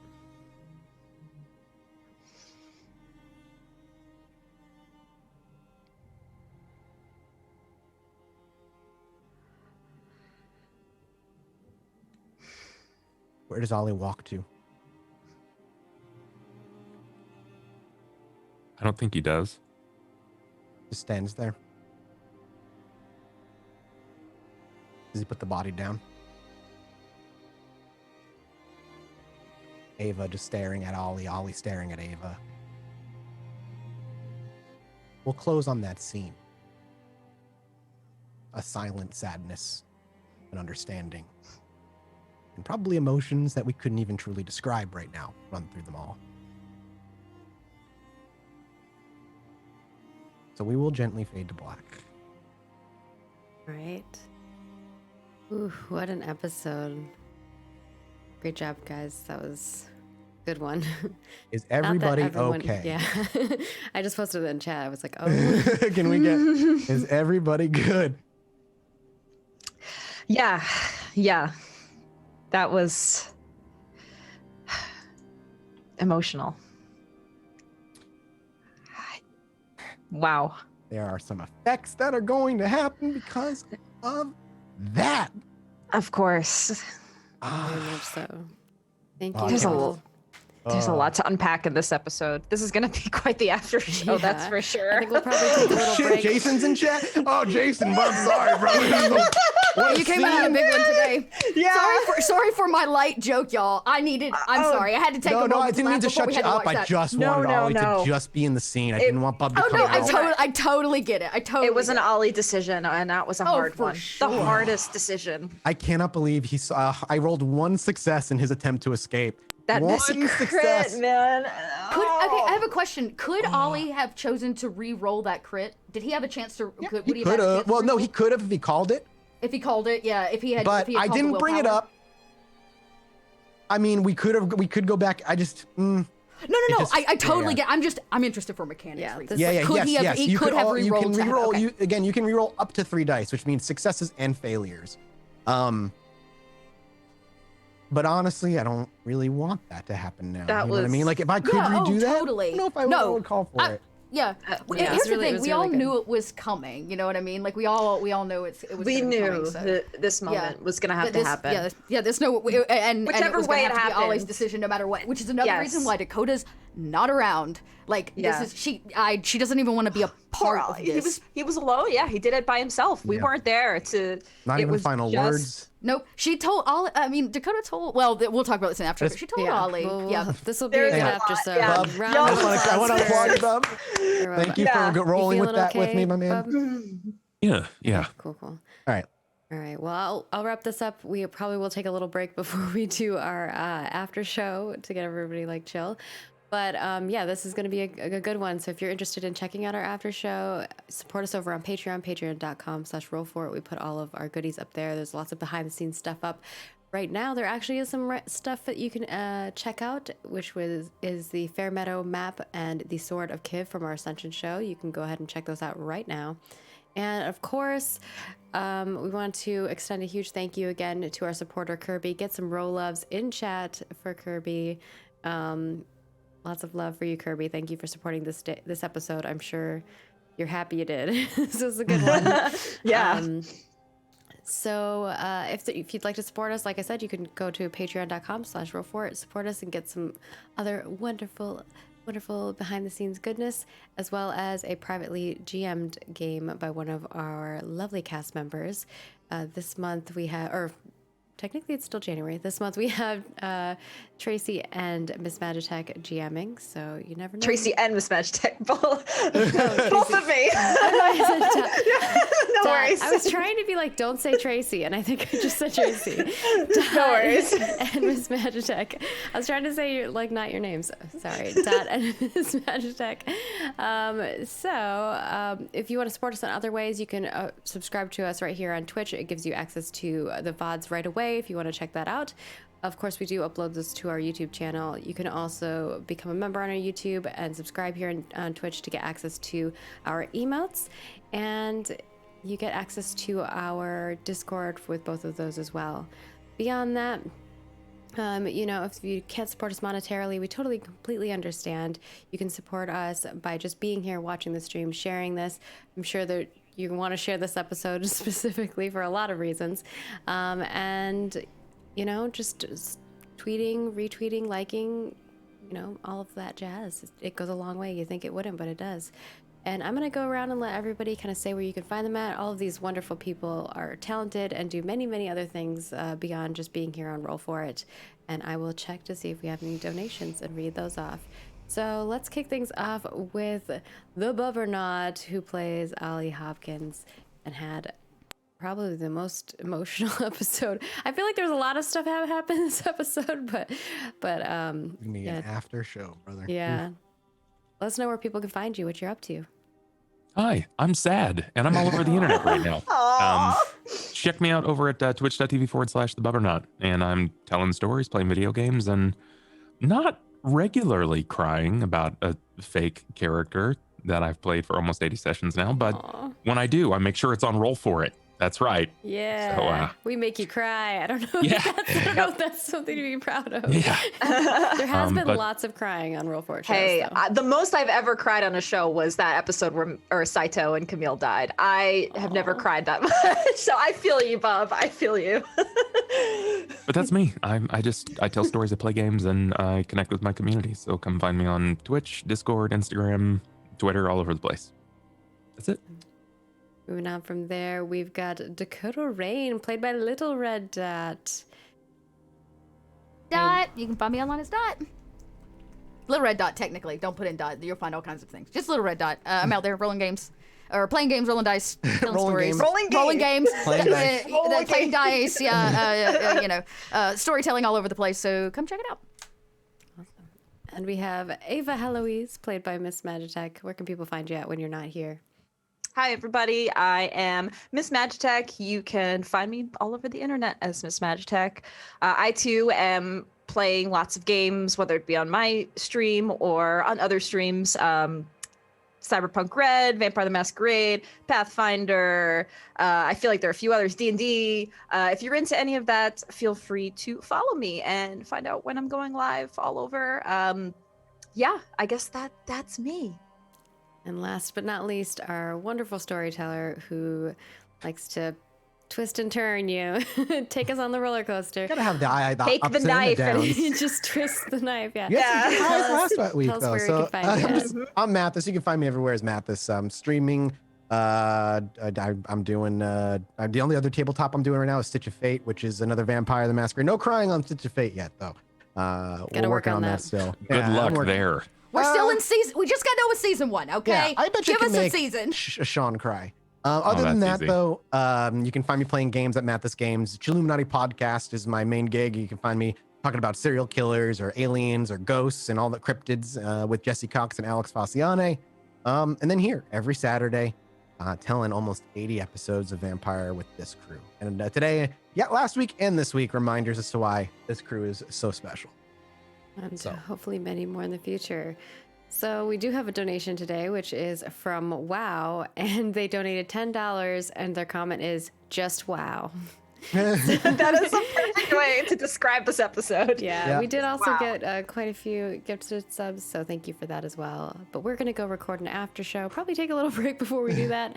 And, if you want to check that out, definitely become a patron over on our Patreon, patreon.com/roll4. We'll let you guys know whenever all those things are live over on our Twitter and our Facebook, so follow us there. And we'll see you next week. Some more Vampire the Masquerade. Bye.